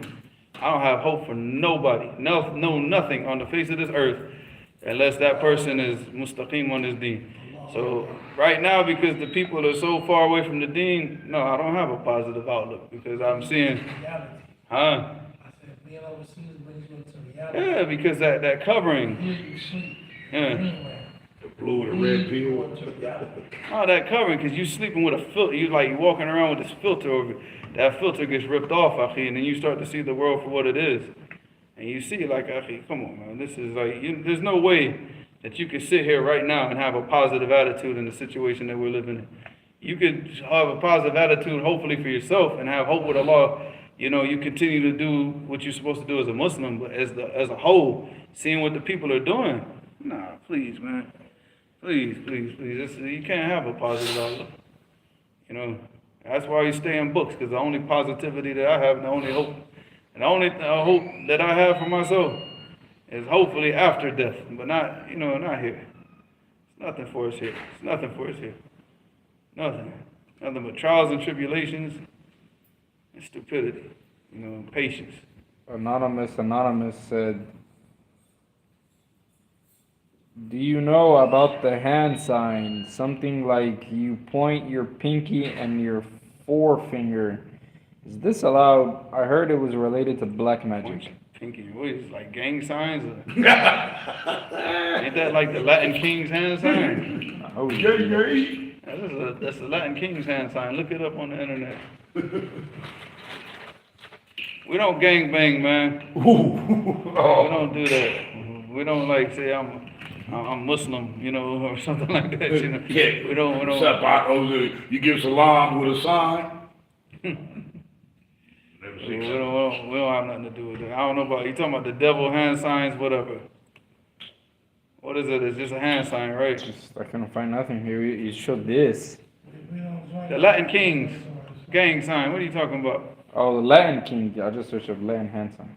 He's talking about the devil worshiping hand sign, the devil horns. What Oh, was yeah. the question again? Yeah, the Man, this is the last time that I eat spaghetti and come here on Friday. do you know Because about you know, you sit here so full, you got like no tolerance for nothing. Man. 'Cause that spaghetti just like sits like a block in your stomach. I'm like, man, I'm gonna start yelling at everybody today. says, do you know about the hand sign? Something like you point your pinky and your forefinger. Is this allowed? Oh, yeah, that is the pinky. No, look, man.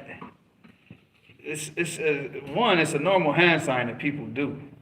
Even the Yemenis, I've seen like the Sheikh, not the Sheikh Yahya, but the other Sheikh, when they talk, they start doing like this. So now, when he starts doing like this, what do you think? He's like a rock and roll dude? Do you think he listens to heavy metal music? Or you think he worships the devil? No, it's not his intention. His intention is he's just doing it for emphasis to make a point. Now, if you go throw this hand sign up to specify that you are affiliated with this, it goes back to your intentions. But how is the hand sign itself, the gesture itself, going to be haram? Like now, if you go up and throw that hand sign up for that purpose of showing your affiliation to something that's with these kuffar, then yeah, of course, because that hand sign was started by Anton LaVey from the Church of Satan. And that's who started. He started going around, and I mean, obviously, it was started from Masonry from before. But I'm saying, like, Anton LaVey is the one that made that hand sign famous, popular in America. You know Anton LaVey? This mess right here? Yeah, this thing, the devil horns. Yeah. So, Yeah, I told you. huh? Penguin fingers and chicken fingers talking to themselves. Yeah, I told you, man, he's got personality disorders.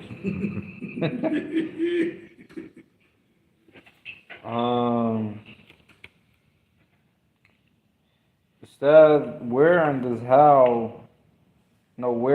and how does a beginner student of knowledge learn about Allah's names and attributes and not fall into the mistakes and errors of the deviant groups? Read books of the Salaf. Read books.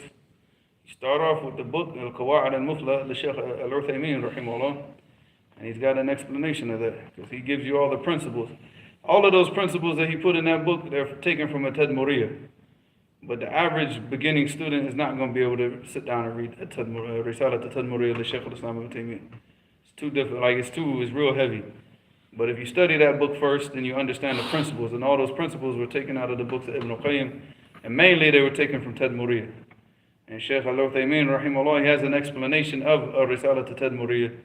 But I mean, you sit down and you study these books with the people of Ahl Sunnah. And that's how, obviously if you take, this book by Shaykh al-Uthaymin and study it with Ash'ari, it's not going to help you. I mean, he's going to lead you astray, right? So, you study with these books with the people of Ahl Sunnah. The people that understand these things. And after that, al-Wasatiyah, study al-Tahawiyah. I'll read this hadith now. Did you still want questions from Talha Hassan, I don't even know who he is. the one who asked about the... As long as he's not asking about that stuff anymore. He says, is there obedience to parents if they forbid you from following a sunnah like Rafa'ul Yadayn? Hell no. Like, for example, if a father tells his son, I don't want you to raise your hands in the salah. No, you don't obey him in that. I mean, if it's going to start a fitna, where like your father's going to kick you out the house or something like that, it's the sunnah. And I'm not saying that you should abandon the sunnah, but then if it's going to cause like a huge fitna between your family, then while you're in the presence of your father, then don't do it. But if it's not going to cause a fitna, then no, it's a command of the Prophet sallallahu alaihi wasallam. We talked about that in the khutbah. What's the hadith? You're excused. What was the what? He was in Madeira today. Madeira or what? Madeira. Mudira is like the female manager. What's the hadith? About what? The command of the Prophet sallallahu alaihi wasallam for salat. What? Come on, man. It was in the khutbah today, man. The command of the Prophet sallallahu alaihi wasallam, the salah. So you do the salat properly and on time. Oh, sallu kama ra'aytumuni. Yeah, welcome back to life. Yeah, sallu. No, because I mean, that's the command of the Prophet. And your father is going against that command. So, and the asl of it is that what? The disobedience to him is not going to take precedence over the obedience to, the obedience to him is not over the obedience of the messenger. But then if you look at this like, okay, this is sunnah. If you don't raise your hands, your salat's still valid. Your father starts, it's going to cause this big fitna with your father. Yeah, you look at the situation and choose the best, what you see for the situation. Disrespect your father, but you're not to abandon. Yeah, because you don't want to abandon the sunnah, and your purpose is not to abandon the sunnah. Your purpose is never to to disrespect your father. yeah, because you see what happened to Juraj. What's the qissa of Juraj? His mother came to him and he was praying. She needed him. Juraj. And he said, and she's like, Ya Juraj. And he's in salat. He said, Ya Rabbi wa salati, wa ummi wa salati. Sorry, he said, Ummi wa salati. He said, my mother or my prayer? What do I do? And he continued praying. So the next day, she came to him, Ya Juraj. She needed him. She said, oh, Ummi wa salati, my mother or my prayer? And the next day she came to him. She said again, oh, Ya Juraj. He didn't answer. She said, Ummi wa salati. She said, Allahumma la tamithu hatta yandur fi wujuh al-mumisat. And she made dua against him. She said, oh Allah, don't cause him to die until he stares into the face of prostitutes. This is the dua that she made. And then, Why? Because She was angry, he was emotional, and she was angry. and Allah answered that dua.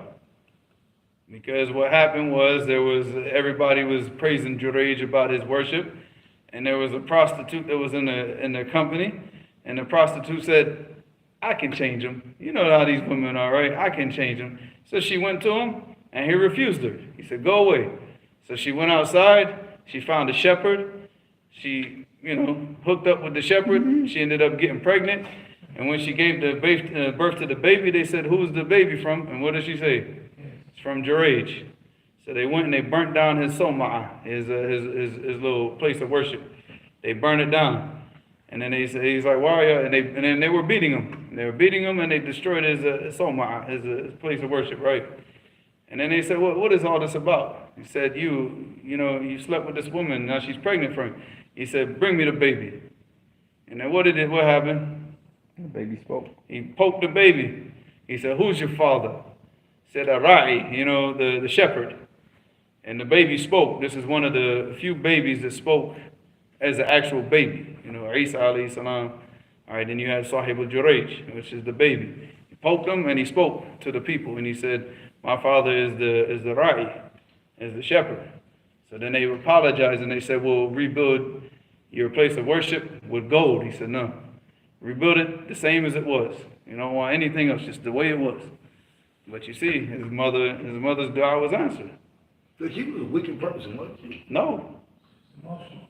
Actually, you think that Allah subhanahu wa ta'ala is going to give him the ability to poke that child and the child speak as a baby and speak and defend him if he was a wicked person? No, it's his mother. No, his mother is his mother. She was emotional. But why is she trying to make him stop making salat? Is the point I'm trying to like. Why? His salat was not it was an extra salat. It wasn't faridah. It wasn't. Like, He was just praying extra. It wasn't far, it was No. a sunnah. No, because if it was faridah, there wouldn't be no issue.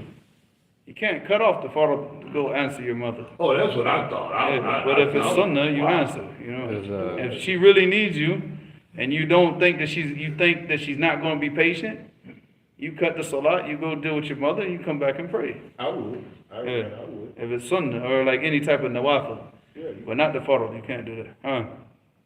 من المسلمين الحمد لله رب العالمين says, if one didn't know the entire tashahhud, are they sinful for this? If it's from negligence, yes. If it's because they just haven't been taught this and they don't, they're still in the process of learning, then no. But if it's just negligence, like you're too lazy to learn it and too lazy to memorize it, then yes, you're sinful. That's part of our salat. Chicken fingers What's part of the salat? The tashahhud. What is that? like saying tahiyatu lillah. Oh, the touch of it? Chicken fingers said, what are your thoughts on the Rafidi state of Iran and if they will give victory to Islam, specifically to the conflict going on in Gaza, Palestine? If you think that they're going to give victory to Islam, You're smoking crack. I got keys to Jannah that I'll sell you for $1 million. For $1 million, I got keys that'll get you right to paradise. If you believe that, give me $1 million, I'll give you these keys to paradise if you think victory is going to come from them. You think that Allah subhanahu wa ta'ala is going to give us victory allying with people who insult the Prophet's wife, that insult his companions? Are you serious? You think that we're going to ever gain victory allying with people who curse his companions? Curse his wife and call his wife a fornicator? Are you serious? People who want to build another Kaaba to divert people away from Mecca. Actually, if they got control of Mecca, they'd destroy everything in it. They were building another Kaaba so that people can come and do Karbala. them instead of to Mecca. Karbala. I mean, this is where the victory's gonna come from? Yeah, of course. This is what the people believe. They have pictures, man. Somebody sent this on the internet to me today, I think on Telegram, where the leader of Hamas, when he went to Iran, where do you think they took him? Karbala. They took him to the graves to go visit the shrines. So this is what they were doing. You know what I'm saying? This is what they're about. Akhi, you're going to get victory from that. Akhi, you get victory with Tawheed. You get victory with the Sunnah. It's not about numbers. It's not about manpower. It's not about none of that stuff. Go ask all those Houthis buried in the ground. See how much victory they got with all their weapons. They get nothing. All their brothers buried them. And if they start fighting again, we're going to bury them again, inshallah. Chicken Fingers said, a brother is asking, how great are the rights of the parents and what can one do if a child oppresses You got to go back and revise the whole first 30, 40 lessons of this class, because that's all we talked about for the first 40 lessons was like the rights of the parents. Every hadith that we read for the first 40 lessons of this class was the rights of the parents. Go back and listen to that again just so you can understand. If it took 40 lessons to go over just the hadith for the rights of the parents, then what do you think? Is this person asking the question a parent himself? No, he's I'm just thinking you become a parent. chicken fingers and the penguin fingers and that. You become a parent. Doodle You ball. have to do it yourself. All right, I'm going to read this hadith, man, because these questions. Wait, there's one more good, Let's good see. question. Because this one's important. Bab Hasr al-Furat and Kanzim min Dhahab. Who's going to translate that? Go ahead. You sleeping? How you going to translate when you're sleeping? No, I heard. Is it past your bedtime or something? Or? It's Not 10 yet, o'clock. but Prophet, like, It's getting there though, right? All right, so Bab Hasr al-Furat and Kanz min Dhahab. Kanz is like treasure from golden treasure, right? Al-Furat, what is it? Euphrates is a river in Iraq. All right, so the Euphrates was from Iraq, but it goes all the way up to Turkey, right? So it said that the Euphrates is going to uncover a treasure of gold, right, in the last days. Right? You know this hadith, everybody? You should know this, man. You know it, right? Wasn't some gold found in the old river like recently? This is a whole different thing. So 99 out of 100 people that touch it will be die. Yep.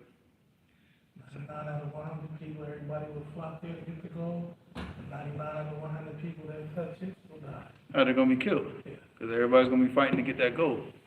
So 99 out of every 100 is going to be killed trying to get it. Everybody's going to say, I'm going to be the one. I'm going to be the one that's going to get it. Mountains and mountains, everybody gonna flock there. Y'all don't know the hadith. I've never heard of it, actually. I never heard. You know it. I don't know. People online. He said, yes, please read the hadith. Now, I've got to keep you in suspense. Keep you in suspense. Keep asking stupid questions. All right, so this hadith in Sunan Abi Dawood is 4,313. It's also in Sahih Muslim and Bukhari. So you can find. I'm just reading out of Sunan Abi Dawood because that's what I have with me. حدثنا عبد الله بن سعيد الكندي حدثني عقبة بن خالد السكوني حدثنا عبيد الله عن خبيب بن عبد الرحمن عن حفص بن عاصم عن أبي هريرة رضي الله عنه قال رسول الله صلى الله عليه وسلم يوشك الفرات أن يحسر عن كنز من ذهب فمن حضره فلا يأخذ منه شيئا. So here he said that this is reported on Abi Hurairah. He said, Yushiku al-Furat. Yushiku, it means what? I don't know how to translate it. It's close, like it's close to happening. It's about to happen. Yushiku al-Furat. Al-Furat, the Euphrates. And yahsira yankashif. How yakshif an shay. So it's gonna like, uncover, like this will be uncovered. And kanzim min dhahab, of a treasure of gold. فَمَنْ حَضَرَهُ, and whoever is present when this happens, فَلَا يَأْخُذْ مِنْهُ شَيْئًا, and he should not take anything from it. If you're present when this happens, what? All right, back up like 1 or 2 sentences. Oh well, it's gonna get more detailed maybe in the next. It's more detailed than the hadith in Sahih Muslim. But let me see what this hadith says, and then we'll go like. I'll just mention the addition that's in Sahih Muslim, inshallah. حدثنا عبد الله بن سعيد الكندي حدثني عقبة يعني ابن خالد حدثني عبيد الله عن أبي زناد عن الأعرج عن أبي هريرة رضي الله عنه عن النبي صلى الله عليه وسلم مثله إلا أنه قال يحسر عن جبل من ذهب. So he said that it's going to uncover what? A mountain of gold. A mountain of gold. The Euphrates is going to uncover. Because it's going to dry up. No, not just the Euphrates, the whole riverbank. But the water is going to uncover the gold. No, the water is going to dry up. That's what I And then the people are going to find the mountain of gold. Yeah. Because it's already drying up. It's drying up a lot right now. And they're already finding a lot of stuff in the Euphrates, but not gold, but like old, caves and carvings and things like in the riverbed. Relics? Show, huh? Relics. Yeah, like old relics and stuff. So they're already finding all this stuff. So, but yeah, in another narration they mentioned that the people are going to fight over it, and 99 out of every 100 people are going to be killed trying to get it. Every single one saying, I'm going to be the one, I'm going to be the one. And that's why the Prophet ﷺ said, if you hear about it, then don't go. Don't go. Because, why? Because every person is going to think like, I'm going to be the one. I'm going to be the one. Check it out in Adura. Find the narration from Sahih Muslim. Type in, I'll do it, because you're busy with you're busy.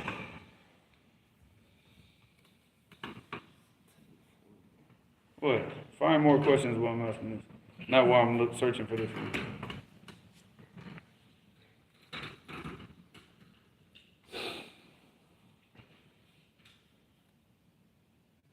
Y'all tired? Y'all ready to go home?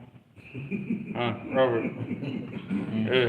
I ain't gonna say nothing, they ain't been here a whole week, so I ain't gonna say nothing. So anyway, so far, back to the witnesses. You only need witnesses to bring in somebody before a Qadi or before a judge or something for punishment. But if you see me doing something, you don't have to bring four witnesses to No questions. back to me, No, there is. Just trying to find the one. haven't dealt with. You only need the witnesses if you're taking me for punishment. Yeah, that makes sense. All right, so this is one of the narrations, and this is from Ubay ibn Ka'b. فقال لا يزال الناس مختلفة عناكم في طلب الدنيا. All the people are all different and with the seeking out the life of this world. قلت أجل. He said, of course. قال إني سمعت رسول الله صلى الله عليه وسلم يقول يوشك الفرات أن يحسر عن جبل من ذهب فإذا سمع به الناس ساروا إليه. So he said that the mountain, the Euphrates is about to uncover a mountain of gold. And he said, and when the people hear it, they're all going to go to it. فساروا إليه فيقول من عنده لأن تركنا الناس يأخذون منه ليذهبن به كله. If we leave the people to get it, it's all going to be gone before we can get a chance to get it. So we got to go. We got to go get it, right? That's the thinking of the people. فقال فيقتتلون عليه. So the people are going to be fighting over it. فيقتلوا من كل 199. So out of every 100 people, 99 people are going to be killed trying to get it. And this is an Abi Hurairah رضي الله عنه أن رسول الله صلى الله عليه وسلم قال لا تقوم الساعة حتى يحسر الفرات عن جبل من ذهب يقتتل الناس عليه فيقتل من كل 199 ويقول كل رجل منهم لعلي أكون أنا الذي أنجو. So he said that the hour will not be established until the Euphrates uncovers a mountain of gold. The people will fight over it. And 99 out of every 100 people will be killed. And each of those people will say what? لعلني wait, what did he say? لعلي أكون أنا الذي أنجو. Like, I hope that I will be the one that will succeed and get in here. Yeah, so subhanallah. And that right now, you can go check that online. Like the Euphrates is drying up a lot. Like a lot. Last few years. Yeah. Like right now it's like basically gone down from like the ceiling to almost the downstairs. Like that's how much it's dropped the depth. Whole river. Yeah, the river's just Yeah, drying that's up. hot, the whole river. No, the whole river's just drying up, but it's Most of it is gone already. yeah, the northern part of it is like all dry. But now the heart of it's still there. But it's you know, it's gonna happen. We're not taking boats out there no more. I said, it's right up to the point where you're not taking boats. Well, but see, the thing is this is the reason why I'm reading this hadith and why I wanted to read this is because what's the big thing about the BRICS nations? What are they talking about? See, getting rid of the dollar. But they're talking about going back on a To the gold stance. The gold Because standard. the people have done away with the gold standard because of this whole petrodollar thing, right? So this all the talk. And even America is even talking about going back to a gold standard. So now wouldn't that be interesting now that everybody's talking about going back to a gold standard, and right when everybody's talking about going back to a gold standard, what? That they discover a mountain of gold in Iraq and everybody's in Iraq trying to get it. Just imagine that. Like right now, in all these countries now, they, you know, vying for like power of the world and who's going to control everything. Because you got to understand, just like Allah subhanahu wa ta'ala said, what? تَحْسِبُهُمْ جَمِيعًا وَإِيش وَقُلُوبُهُمْ شَتَّى. Like you look at them and you think they're all together because they'll all come together to fight us, right? You know, they'll do that. But in reality, it's like what? Yeah, each group of them, like, you know, we talked, like you mentioned this whole New World Order thing and all that. See, this is why it's never going to be established. Who's going to control it? That's the whole thing, right? America wants to control it. The Russians are like, nah, we deserve to control The it. United States is losing their hold on what they used to control now. They're losing their hold on it. Yeah. I think the whole world is in the United States for what they are. And they enslaved the world by the reliance on the dollar. Yeah, but the thing is about the dollar and the system that America, they got everybody in debt anyway. That's what I mean. So it doesn't really matter. There's no escape from that debt. You know, and so when if America goes down, America's pulling everybody with them. They're pulling the plug on everybody. So the economies are tied to. Yeah, because everything's tied in. Who started the internet? Who's got the main server? Like they could shut everything down tomorrow. Satellites. Yeah, they can shut it all down on everybody. So ain't nobody. That's what I'm saying. The people like that is not a threat. Like because America could just shut it down tomorrow. But the point is that yeah, it's gonna be interesting. It's gonna be, you know, sit in the back, get your popcorn, and enjoy the show. But don't even get involved in the show. Just enjoy it. Man, get your axes and your shovels ready, man. I think I'm playing. I need me one of them AR-15 with that scope. Nah, brother, you gotta have your shovel, your axe, your sword. You gotta get it ready. We're gonna be back to hands. Oh, I see you when all the technology's gone. Yeah. Oh, yeah, That's yeah. what I'm saying. They're gonna shut it. Like everything's tied into the You're computer. gonna be burning wood again. You're gonna be having. Well, I tell you what, alhamdulillah, Brother Mustafa taught me how to slaughter animals. I try to tell people, boy, look here, if there's a famine, somebody Rottweiler gonna be missing. 'Cause I'm not starving. I'm not starving. Y'all gonna be starving. He said somebody Rottweiler. Man, look here, if it ain't You no gonna more be food, what? You going Korean on us now? if there ain't no more food, He's going Korean barbecue. Y'all gonna be hungry. I'm gonna be eating somebody Rottweiler, cause y'all don't wanna slaughter. I think you can't go hunt a bird. Why you gotta eat a Rottweiler, They man? too hard to catch. And the Rottweiler got a lot of meat. And they fight That's back. gonna be the toughest meat you ever ate in your life, Look at man. now, vinegarizing with a mushroom. That's Man, I don't know. You just made me lose my appetite.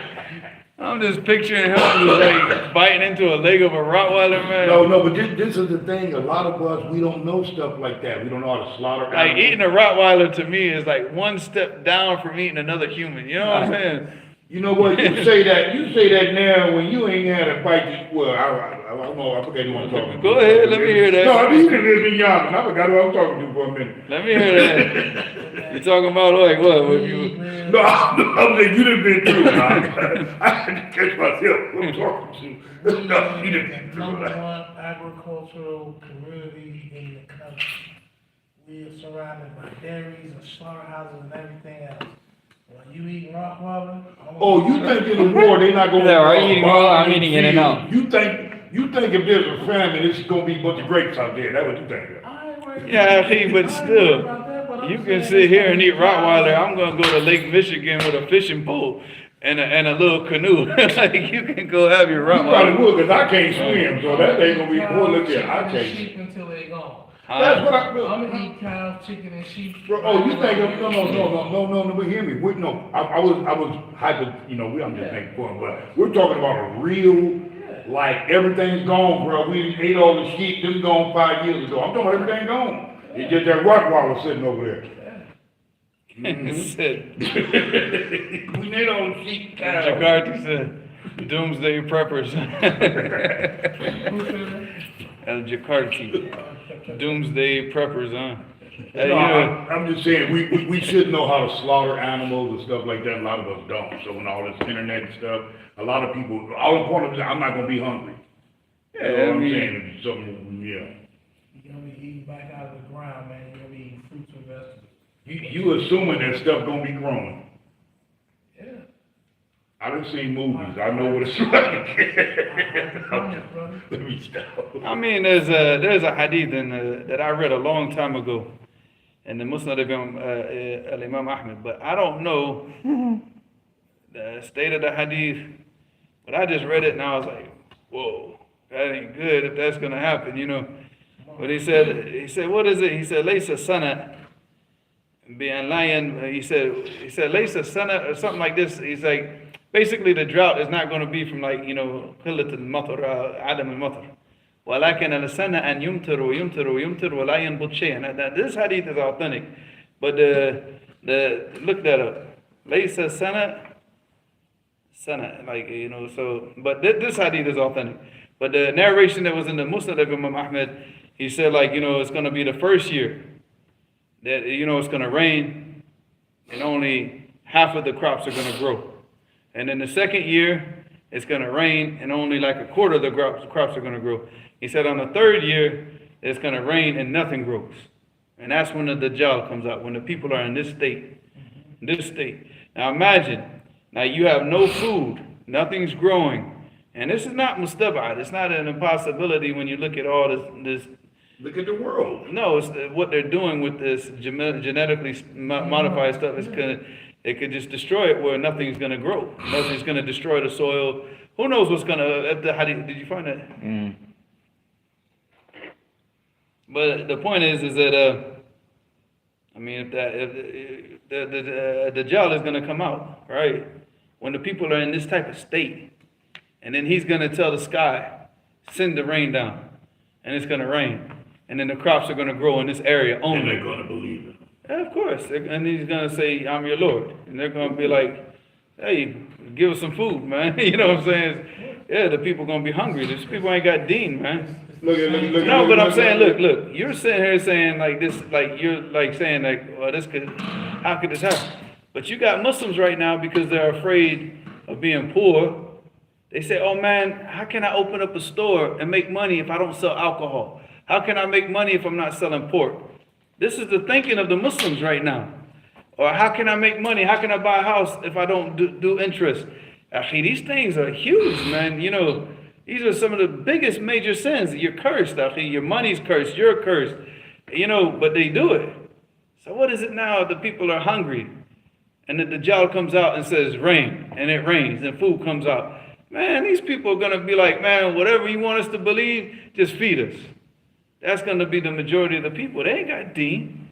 There's no aqidah here. There's nothing here. What do you think they're going to do? You think they're going to sit here and say, oh no, la ilaha illallah, and it's just like be patient while they starve to death? The majority of people are not going to have that patience. They're not going to have it.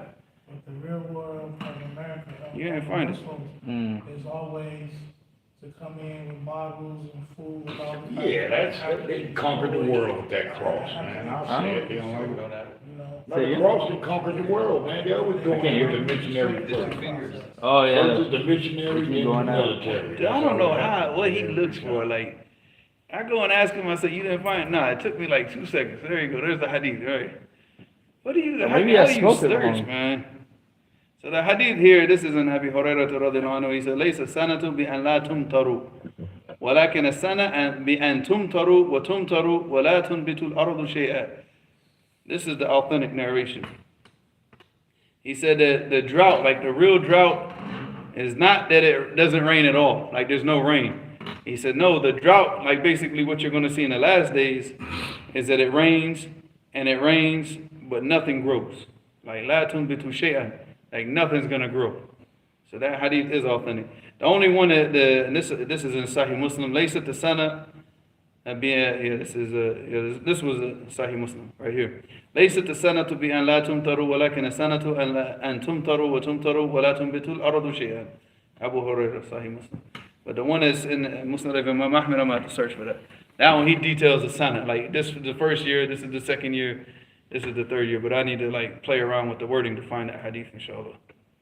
Yeah, so that is authentic. That's what happened at the time of the job. So, So get back to me and the Rockwallers. There ain't gonna be nothing growing. You gonna be hungry. oh, the Rottweiler's going to be dead, too. Yeah, I was like, wait. What's the Rottweiler's going to be eating? The Rottweiler? Yeah. He's going to be looking at the Rottweiler. He's looking at the Rottweiler and says, dinner. The Rottweiler's looking at him, dinner. You know what I'm saying? Rottweiler's gotta have a physical. He's trying to eat you just like you're trying to eat him, man. What's he going to eat? He's taking to the Rockwallers. Rottweiler done ate Garfield and Tom and all these other cats. You know, what was he gonna have left to eat, man? He tried to eat you. Yeah. Any questions? It's very easy to go back to, like, primitive A. We will go to source. It's not these people that's what they're doing now. That's why they want everybody in the cities. These kids don't even know that milk comes from a cow anymore. They think it comes from a supermarket, man. Whoa! No, I'm talking about they've actually gone into schools and shown pictures like, where does this come from? Where did these kids don't even know this stuff anymore. They're not being even taught this anymore. And when we were in elementary school, we had what's called, what was it called? 4F? Well, this is Fresno. But yeah, that was part of elementary school, was going to the dairies and seeing the cows and the goats and... Nah, most of these kids now, they don't know none of this stuff. I'm not in school. I grew Now up. even look for cars. Who milked the cow? I seen it done, I couldn't get it. I did that and nothing Who come milked out. the sheep? Go. Y'all gonna be the only ones living. I done made butter before, so you go milk the cow and I'll make the butter. I did that now. Hey. Got 2 people in here gonna make it. Who chop wood in order to cook food on the open fire outside of wood burning stove? Okay, I ain't never did that either. I slaughtered the sheep, I can say that. Who light fire in order to have light around the house at night? Who chop down trees with just the axe? No chainsaw. That's hard work. People don't know how hard that is. I'm saying, bro. No, no, but people do not know how hard it is to cut a tree with an axe. That's hard work, bro. I'm saying, we can't be out of that. We can't be. Yeah, we've already detached become because we're detached, gonna yeah. need that, huh? We've already become detached. Yeah. This generation right now, like kids like S's age, my son's age, Yeah. they're done, akhi. They shut the internet off. Yeah. You're gonna have to kill them. Yeah. You're gonna have to just take them out because they're gonna be too annoying. When the internet gets shut off, because they can't do anything, they're gonna be complete what? Who can ride a horse without a saddle? Huh? Bored. No, they're gonna be complete liabilities on society because they can't do nothing. They're gonna want to eat, but they can't do nothing. So what are they gonna try to do? Steal, pillage, or whatever? Nah, man. Horse, cow, mule, bull, no saddle. But the advance of technology actually make people stupid. Like, if you go Make you back soft. 25 years ago before the phone, everyone memorized the phone numbers, right? Mm. After the mobile phone. Yeah, no one I memorized the numbers. I still, do not Except have your those number. numbers remembered now. I I don't know my wife's phone number. I do I not know still my can wife's phone remember number, my bro. grandmother's phone number, and I'll say it because my grandmother's dead anyway. 904-744-1517. My mother's phone number, 904-646-0854. Well, my My grandmother friend's was phone living, I number knew her was phone number. 645-8857. It's 904. I mean, I still remember their phone numbers. Everybody, even. But any phone number after. You want my ex-girlfriend? No. Alhamdulillah. Nah, I don't know. I'm telling you, when me and my wife go somewhere, And when I was in they high ask for school. her number, I gotta look at my phone. 642-4659. I still remember all that stuff, man. You guys can't remember No, nothing. that's not I don't true. know I my memorize a lot of phone I numbers. don't know my I mom's memorize phone It's numbers. not just phone numbers, Akhi. Credit card numbers. Oh, yeah, I said too much. I'm talking about area codes and numbers and addresses and everything. I don't know nobody's phone number. Yeah, Akhi, it's not just phone numbers. Remember back in the days when you wanted to go get something from a place, you wanted to go shopping, you had to open up the yellow pages. Yeah. You had to call the company and say, hey, I'm over on this side of town. How do you get Give me there? directions. Yeah, how do you And get you there? had to literally draw that stuff out on a piece of paper. Yep. Just the most but we made it. We got to that place. We got there. We had to draw out the maps on our own or just remember it. But what we used to do is just write the streets, the main streets and what to turn them. And they would tell you about landmarks. Yeah. You would learn by landmarks. Go all the way until then you see this, then you turn. I learned that from Yemen, Akhi. Oh, yeah. Look, Yemen, there's no let me- names of the streets. Yeah. No, check this out. You have to Let me- just- let me- I mean, where I grew up, we didn't have, we Look. had, you would come out of the woods, making a trail out of there in the morning, and then the evening time, the grass would be up, and you wouldn't know, if you're not from out of that area, you're not gonna know which direction to go. We had Look, landmarks. let me share something with you. This actually happened when me and my wife came from when we drove to Subaru from Kansas City. We coming through Vegas, bro. I'm using Google Maps. The data cut off. I don't know it cut off, bro. Make a Oh, long by the story- way, chicken fingers and penguin fingers, I still remember my ex's phone number because my sister ended up with the same phone number. When my sister got a new phone number, she actually had the exact same phone number They didn't have that girl had. No, they So I had to call my sister, Read the last comment. So, yeah. Read the very last Data comment. cut off. Thank When you, the chicken data cut fingers. back on, me and my wife. Are you reading? Are you in the comment section? Read what they said about can we block the But people? I'm following the map because it cut back Yeah. on like at the 20. I'm not knowing the data's off. Kay said, I'm- I memorized 911. We That's the only. Yeah, so did that guy from Saudi. Bro. But this is the problem, hey. Oh, Abdul The problem with these kids today, they're like, oh my God, somebody's breaking in the house. What's the number to 911? It's like, that's how stupid the generation is now, man. What's the number to 911? Oh, crazy. Oh, we live in like the dumbest generation ever. Question says, alhamdulillah rabbil alameen, are you able to please block the people here who are not serious and are speaking about nonsense? This is a lesson of knowledge. I agree with him. I will go back. I'm gonna go back tomorrow, inshallah, because right now I don't have. I'm on my account. I'm not on the Institute account. My son is, and he's not here. He just left the phone. Yeah, where did he go? He just left. I don't know. Say, he's maybe sleeping. But tomorrow, because it takes like 14 hours for the chat to come back up once the live stream ends.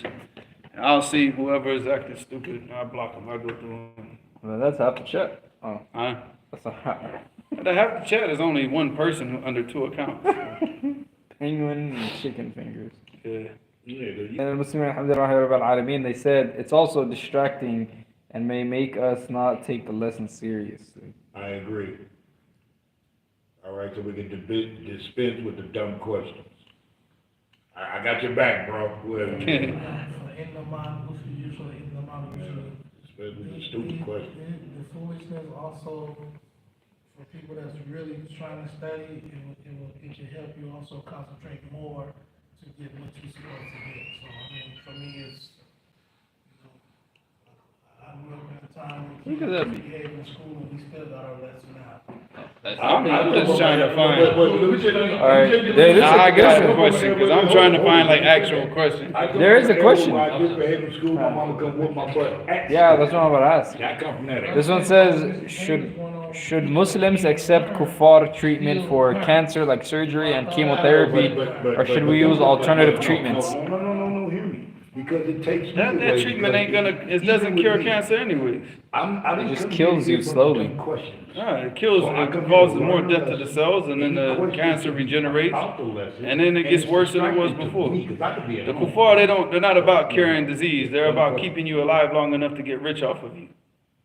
So why would you want to take anything from them anyways? Chemotherapy is the worst thing that you could ever And do. it's been proven, it's been proven. Because it's going to cause the cancer to actually spread faster in the end. It's been proven. Chemo don't But the help. point is that they want to get as much money, they want to rape your pockets as much as they can before they put you in the ground. So that's why they fill you up with all this medication, fill you up full of all that. The pharmaceutical company's job is to treat diseases, not cure them. There's one book, if a person wants to read, like I said, from people who actually practice this, because I'm not a doctor and I'm not giving medical advice, but there's Arnold Everett, he wrote a book, it's called The Mucusless Diet Healing System. Go and read that book. And this book was written, I don't know, was it like the 1930s or something like this? But this guy, he'd already understood that all of this disease, all of it was caused by what? That had built up dried mucuses, just blocking the body, so the body's not functioning right. Then the cells start dying, then the cancer. So he's like, if you get all that stuff flushed out of the system, and then the body itself, it will heal itself naturally. Always. That's the same reason. The body heals itself anyway. I mean, he had two books. He had one. Well, he had more books, but the two main books. He wrote a book. It's called the Mucusless Diet Healing System. The other book was called Rational Fasting. Well, rational fasting here, he's talking about going on like a juice diet for like a long period of time, water diet, all that stuff that Dick Gregory started doing. And this is all based off the ideas of Arnold Everett. And that guy what was that guy in South America, that famous guy? Dr. Sebi. Dr. Sebi also, it goes back to... People don't know about Dick Gregory though, because they used to him being a comedian. Oh, he wrote a book about... I know, He was But actor, his book was basically based He off... had a diet, matter of fact, this Dick Gregory diet. Didn't he have a little powder and stuff? Like the Weight And he was all about juice. Yeah. So like back in the old days, even whenever you saw him in an interview, he had like that green juice with him. That's all he used to, he would go for like, Gregory had a diet. he would go for like 30, 40, 50 days without eating. He would just drink juice only, just to cleanse his system out. And you look at all the drugs that he used to do back in the 70s, and that dude lived, and he was still sharp in his old age. He was still sharp. He died, but even right before he died, the interviews that he did, he was still, his beliefs were a little bit off the wall, but he was still sharp with them, though. I'm thinking about He can still recall everything, I'm thinking about getting, I want to add that to juicers. No, just get that book, the Arnold Everett's book. He's a German guy. You know what happened to him? Like, he started doing all this stuff, and he started taking cancer patients and curing them. So he was... They killed him. Well, no, watch this. I love the story. So he was giving a talk. And when he got done, he was coming out of the talk. It was snowing, and there was ice on the ground. And he slipped and fell and hit his head and died. Whoa. Yeah, that's the official story. The official story. Just 7 bullet wounds in the back of his head. No, he probably cracked him over the head with a bat or something like that and killed him. He probably got hit in the head, but it wasn't the ice that hit his head. Because that dude grew up in Germany. You don't think he doesn't know how to walk on ice and deal with ice? And how to fall. Yeah. I know how to fall. Oh man, I remember in Turkey. Yeah, that's far-fetched, but they took him out. I do disagree though. I think chemotherapy works, but it depends on No, I've been proven it it doesn't. depends on what disease you have and what state you are in, and it depends on that no one will tell you it's gonna cure, it's gonna prolong your life, but not all chemotherapy are not. It just depends on what state you're in. Two people said this. Jethro Kloss, you know who Jethro Kloss is? What book did he write? I'm testing you now. And I then don't remember the book, but Jethro Kloss. in Hadith, I think Rasul said, "Man min da illa lahu." No, but the thing is chemotherapy, it's radiation. It's radiation, akhi. You There understand? is radiation. The therapy, person there is who- chemotherapy, The there is person who immunotherapy. discovered radiation was who? The woman who discovered radiation. What was her death? Oh, it was a woman, then you can't take Yeah, it. she discovered. She died. No, she died from radiation exposure. So the more you're exposed to that radiation, it's killing the cells. There's no way. So Jethro Kloss, he wrote a book. It's called Back to Eden, which is a famous book back in the 70s, 80s. You know, for all the health people. And then the Pan-Africanists, they really started pushing that book in the like 80s and 90s. So yeah, so Back to Eden, but I'm trying to remember if he mentioned it or Arnold Everett or both of them. But they said I could cure cancer for anybody, you know, obviously with the permission of Allah. I'm just saying what they said. I can cure cancer for anybody as long as he has not undergone chemotherapy. If that person has undergone chemotherapy, I can just try to keep them, you know, do the best that I can with the person. But they say I can't, you know, cure the cancer. You know, you can postpone it, you know, like try to weaken it, but it won't. You kill too many cells with that But the radiation. medicine is advanced actually. Right now they do immunotherapy. No. I'm a doctor, so I'm very knowledgeable. Yeah, I know. It's the doctor that's giving us the chemo. What's your name, Afi, by the way? I'm Mu'tas. Martas. You're knowledgeable in the way that they taught you. Yeah, and I honestly believe that you believe that. But the thing is that, see, there's another book. Read these books and then just read them for yourself, right? The book is called Digestive Wellness. Now, this is another woman that had a theory, which is a very, very strong theory, because of all the medicines that we take from the you know, these pharmaceutical, you know, because back in the 80s, what were they doing? They were filling the people up with what? Penicillin. Everything you got, penicillin, amoxicillin, right? So what did that end up doing? That started killing all the intestinal flora, and all that natural bacteria. It started killing because the penicillin is not, it just goes in, and it's like, we're taking everybody out. So then what happens is in place of that good bacteria that was in the intestines, because the people were eating cheese, they're eating a lot of bread. Now, you know, the bread here is not cooked properly. You know, so like even I told the kids, because I actually learned this from Arnold Everett. No, it's from Jethro Kloss. He wrote it in his book. He said, whenever you get the sliced bread, he said, toast it. He said, you know, that's the only way that it can be digested properly. So she said that what happened with a lot of the people is that they started having a buildup of yeast in their intestines. And this was causing all the issues, you know, causing issues for the women with the yeast infections, causing issues even for the men with these digestive issues. And that leads on to cancer and all that, because the problem is if you're not benefiting from the food, you're benefiting very little, because the food is not even assimilating. It's not about digestion, it's about what? Assimilation. There's a big difference, right? Digesting, it just means that the food is passing through. It's broken down and it passed through. But when it becomes assimilated, that means it goes into the body and it's used for energy, for strength, for whatever the body uses it for, muscles, for strengthen the nervous system, strengthen the bones, but the body's not assimilating. So now what's happening is what? The body's not doing that. It's not getting that. So now these cells, they start to die. And then you got the chemicals and the exposure to all this type of stuff. Right now we're exposed to so many chemicals, akhi. All you got to do is just go outside in the morning and look at the skies and look at that stuff that they're spraying all throughout the atmosphere.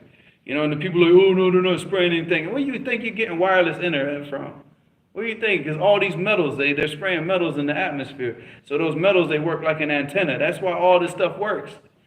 You know what I'm saying? So it's like people are so stupid, they don't understand. There's a price to pay for all this ease that you have in your life, and that ease is what you're out. And they did a study, and I read the study a long time ago. They said that the problem is with these metals that and they're talking about, this is a medical study from their own mouths. They said that these metals that they spray in the atmosphere, they act as, this is a good one, right? They act as estrogen mimickers. So they go into the body when you're breathing them in, and they mimic estrogen, which causes the girls to start to develop quicker. This is way back. They said now the girls are going to start to develop quicker, and their body parts are going to start to become bigger at a younger age. And that is true. This is way back. This is before it was happening. And they said, and the men are going to start to Well, they fit it, they just Oh, fit it in the erectile period. dysfunction. They start, no, not erectile. You ain't from the 80s, man. No, they Back just in fit the it. 80s, the dudes, broken wrist. whenever they turned Rainbow Child, they start doing this when they talk. Oh. The broken Oh, wrist. Yeah, the broken wrist yeah. thing. We call it the broken This wrist. is an old 80s thing, right? So you're too young for this. I'll do it, Probably you guys lived through the AIDS epidemic, right? I have an aunt So that why died. AIDS now is not an issue if medicine doesn't work? Well, why don't you go do some research about coronaviruses? It's always been. Yeah, that. why Corona is gone now though? No, but I'm There you saying, go. it's not. It's just, it's gonna keep. Why people are not dying from Corona? They are. No. They- Actually, I can't, like, that type of stuff, I can't really talk about it, because, yeah, they'll shut the channel down so fast. So you were It's saying, not even worth getting shut down. Like, if I'm gonna get this channel shut down, let me talk about Israel. Like, I ain't gonna say, like, get this channel shut down because I'm talking about some common cold that they wanna call a coronavirus. But yeah, Z, you said that HIV isn't And- spread sexually, right? look, man, I'm not gonna say anything, but I'm gonna say one time, no, I will do this as easily as possible. I won't say anything, but I will say, one time I had a student, old man from Ethiopia, 60 years old, nicest guy I ever met, nicest guy. So I told him, I said, man, you're from Ethiopia. He said, yeah. I said, you remember the AIDS epidemic in Ethiopia? He said, yeah. I said, in 1978, they had a forum, about control of the population. It was a world forum where they all came together and they said, we need to cut the population of the world before 2000. We need to cut it down. And he said, yeah. So I said, that was in 1978, right? He said, yeah. So I said, in 1980, they sent a whole bunch of vaccinations to Ethiopia. He said, yeah. And I said, then what happened after that? And Wallahi, his face went like this. I said, yeah. I said, that's how it be sometimes. That's how No, it it be. was proven that they were reusing needles. No, they actually had an article in the Daily Mail in the British newspaper where they said that they put the sickness, this is an actual article, that the virus read it. itself was put inside those vaccinations and sent to the Ethiopians. All right, let me So- say this. In this So country. forget all that green monkey stuff. Look, in this country, they push. So just to make- No, hear me, bro. In this country, they Wait, push the I know. narrative, they push the narrative that HIV comes from drug use, homosexuality, well, none of that stuff prevalent in Africa. No, look, HIV, like AIDS, is what? Autoimmune deficiency disorder. All it is when your immunity shuts down. That's all it is, right? So what happens now when the people are dying of pneumonia? Like, for example, let's say that you had a flu and you didn't take care of it, and then the flu has flooded your lungs. What happens to your immunity? It breaks down. Breaks down. And then when it doesn't work anymore, what happens? Allahu Akbar. Yeah. Allahu Akbar. You four takbirat, right? You died. And so all of those people that died In the early 80s, they were dying from pneumonia. that's what I'm saying. Nobody died from AIDS. Nobody I have a died. AIDS. So the whole point was what they were giving the people, whatever was going into the body, was shutting down the people's immunity. So then they get like a flu, a pneumonia, and that's why if you go back to the 1980s and the 1990s, and you look at, we did this one time. It's like it's called flu-induced pneumonia, and look at the percentage of the people that died from flu-induced pneumonia in the 1990s.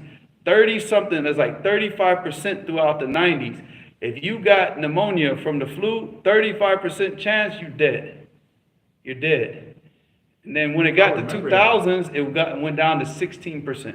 Then it was going down, all the way up until And you're talking about the the AIDS. corona started. Look, I'm telling from here, my uncle, you remember my uncle. By the way, Jesse. those are government statistics. That's No, not but I'm like, saying, but No. some of, you don't understand. I remember when there was a bunch of people running around the west side with AIDS. That's what I'm saying. This actually happened in our community, and I know what they were dying of. they're just running around. Pneumonia. I got AIDS. No, well, I'm Yeah, no, yeah. My family shot No, dope. all I'm of serious. I'm serious, bro. Nah, 'cause around when that. I was a kid, my stepmother, she used to work as a nurse for these patients, and she actually took us to the hospital to see them. Oh, yeah, they're all dying of pneumonia, all of them. Yeah, pneumonia, They get skin pneumonia, cancer, and and skin cancer. was the because same. AIDS is not something that you can even pull up a blood test and see. It's not a virus that you can see in a blood test.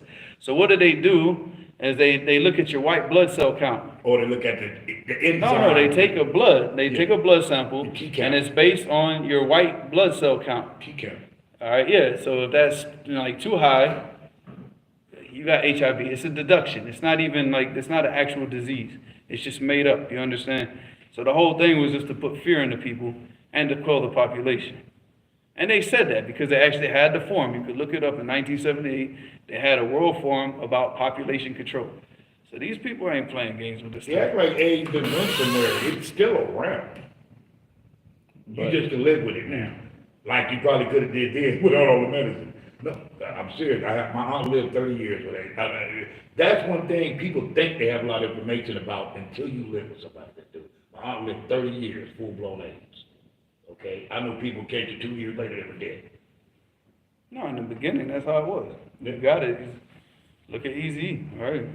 And now, we don't know. He went to the White House, he had it as soon as he came out.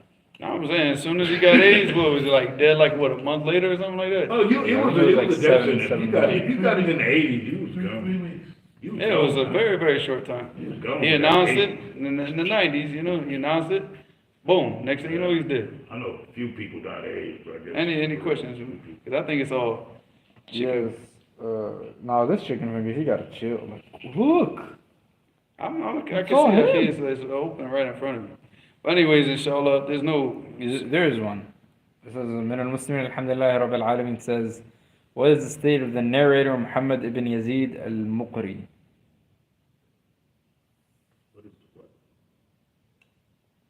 follow the lessons.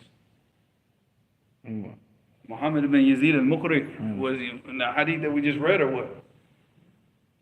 Follow the lessons, akhi. Oh, and one of the brother who asked, or this, I don't know, the one who asked about what is the ruling, like what is the about the chemotherapy? They said their mother has cancer. If we could all make du'a for his mother, or for his grandmother, I mean, the grandmother. Subhanallah. I mean, as far as the ruling on it, The previous lesson they said. as far as the ruling on it, akhi, I don't. I mean, I would, I would be scared to say that it's haram because. Like I said, man, I'm not like I wouldn't go up here giving like that type of medical advice anyway. I didn't even think that was the question, whether it was a. No, it's talking about like no. Work. The original question was whether or not chemotherapy is permissible. Oh, I didn't know that. That was the original question. So I mean, for me, like I said, I wouldn't do it. If I had cancer, I mean, if I had a choice between taking it or not taking it, look here, man. All right, I'm going. It's the only shot I got. Now, do I think it's going to be that successful? No, but I I mean, can look, hold that law. it's gonna what it's gonna do. Oh shoot. I mean, look, your time of death is already appointed. Whether or not you take the chemotherapy, you don't do it. Oh, well, It's not gonna change. Trust me. Like the chemotherapy, the natural, you can go on a juice fast or whatever. That's not gonna change your appointed time of death. I mean, like I mentioned, like this guy Arnold Everett. Look at him. Though. This guy used to go on an 80-day juice fast and go down and do like 200 something squat thrusts, just to show the people, like, look how much energy I still have even after 80 days. on ice. What I'm saying, but and he died young. He didn't die. He wasn't like old. He wasn't an old man or nothing. So all that juicing didn't get no longer. No, but I'm saying, I mean, they probably killed him. But the point is that, it's like, what are you gonna do? I mean. So the chemotherapy is not going to change your time of death. It's not going to, and not doing it is not going to change your time of death. So, I mean, whatever time of death I've seen people like my grandfather had cancer in his stomach. And it got to the point where like, dude, he ain't dead yet. Seriously, like, I'm like, what is keeping this man alive? He stayed alive with this cancer for years, akhi. For years. And then I thought about it. I said, subhanAllah, look at the punishment. He had colon cancer. He lived his whole life off of interest. Like he put the money in the bank and he would take the interest and he would live off the interest only. And I said, look at that. He ate all that hellfire into his stomach. And now he's getting punished by what? Like the biggest painful punishment in his own gut. But Allah kept him alive and punished him all that time. But his time of death is not going to change. He died at the appointed time that was appointed for him. He just got punished a lot before his death. So, I mean, that's that. It's not going to change anything. Yeah, like my grandmother lived to be like 83, and you know, grandma's don't tell, but my grandma ended up dying of cancer, and it just came on when she was older. Mm. I thought grandma was healthy as the Lord, but she, you know, like she didn't have cancer, but at 80, she, all of a sudden out of nowhere, she had cancer. But inshallah, we're gonna end this up because it's almost 11 o'clock now. Yep. يلا هنا سبحانك اللهم وبحمدك أشهد أن لا إله إلا أنت أستغفرك وأتوب إليك.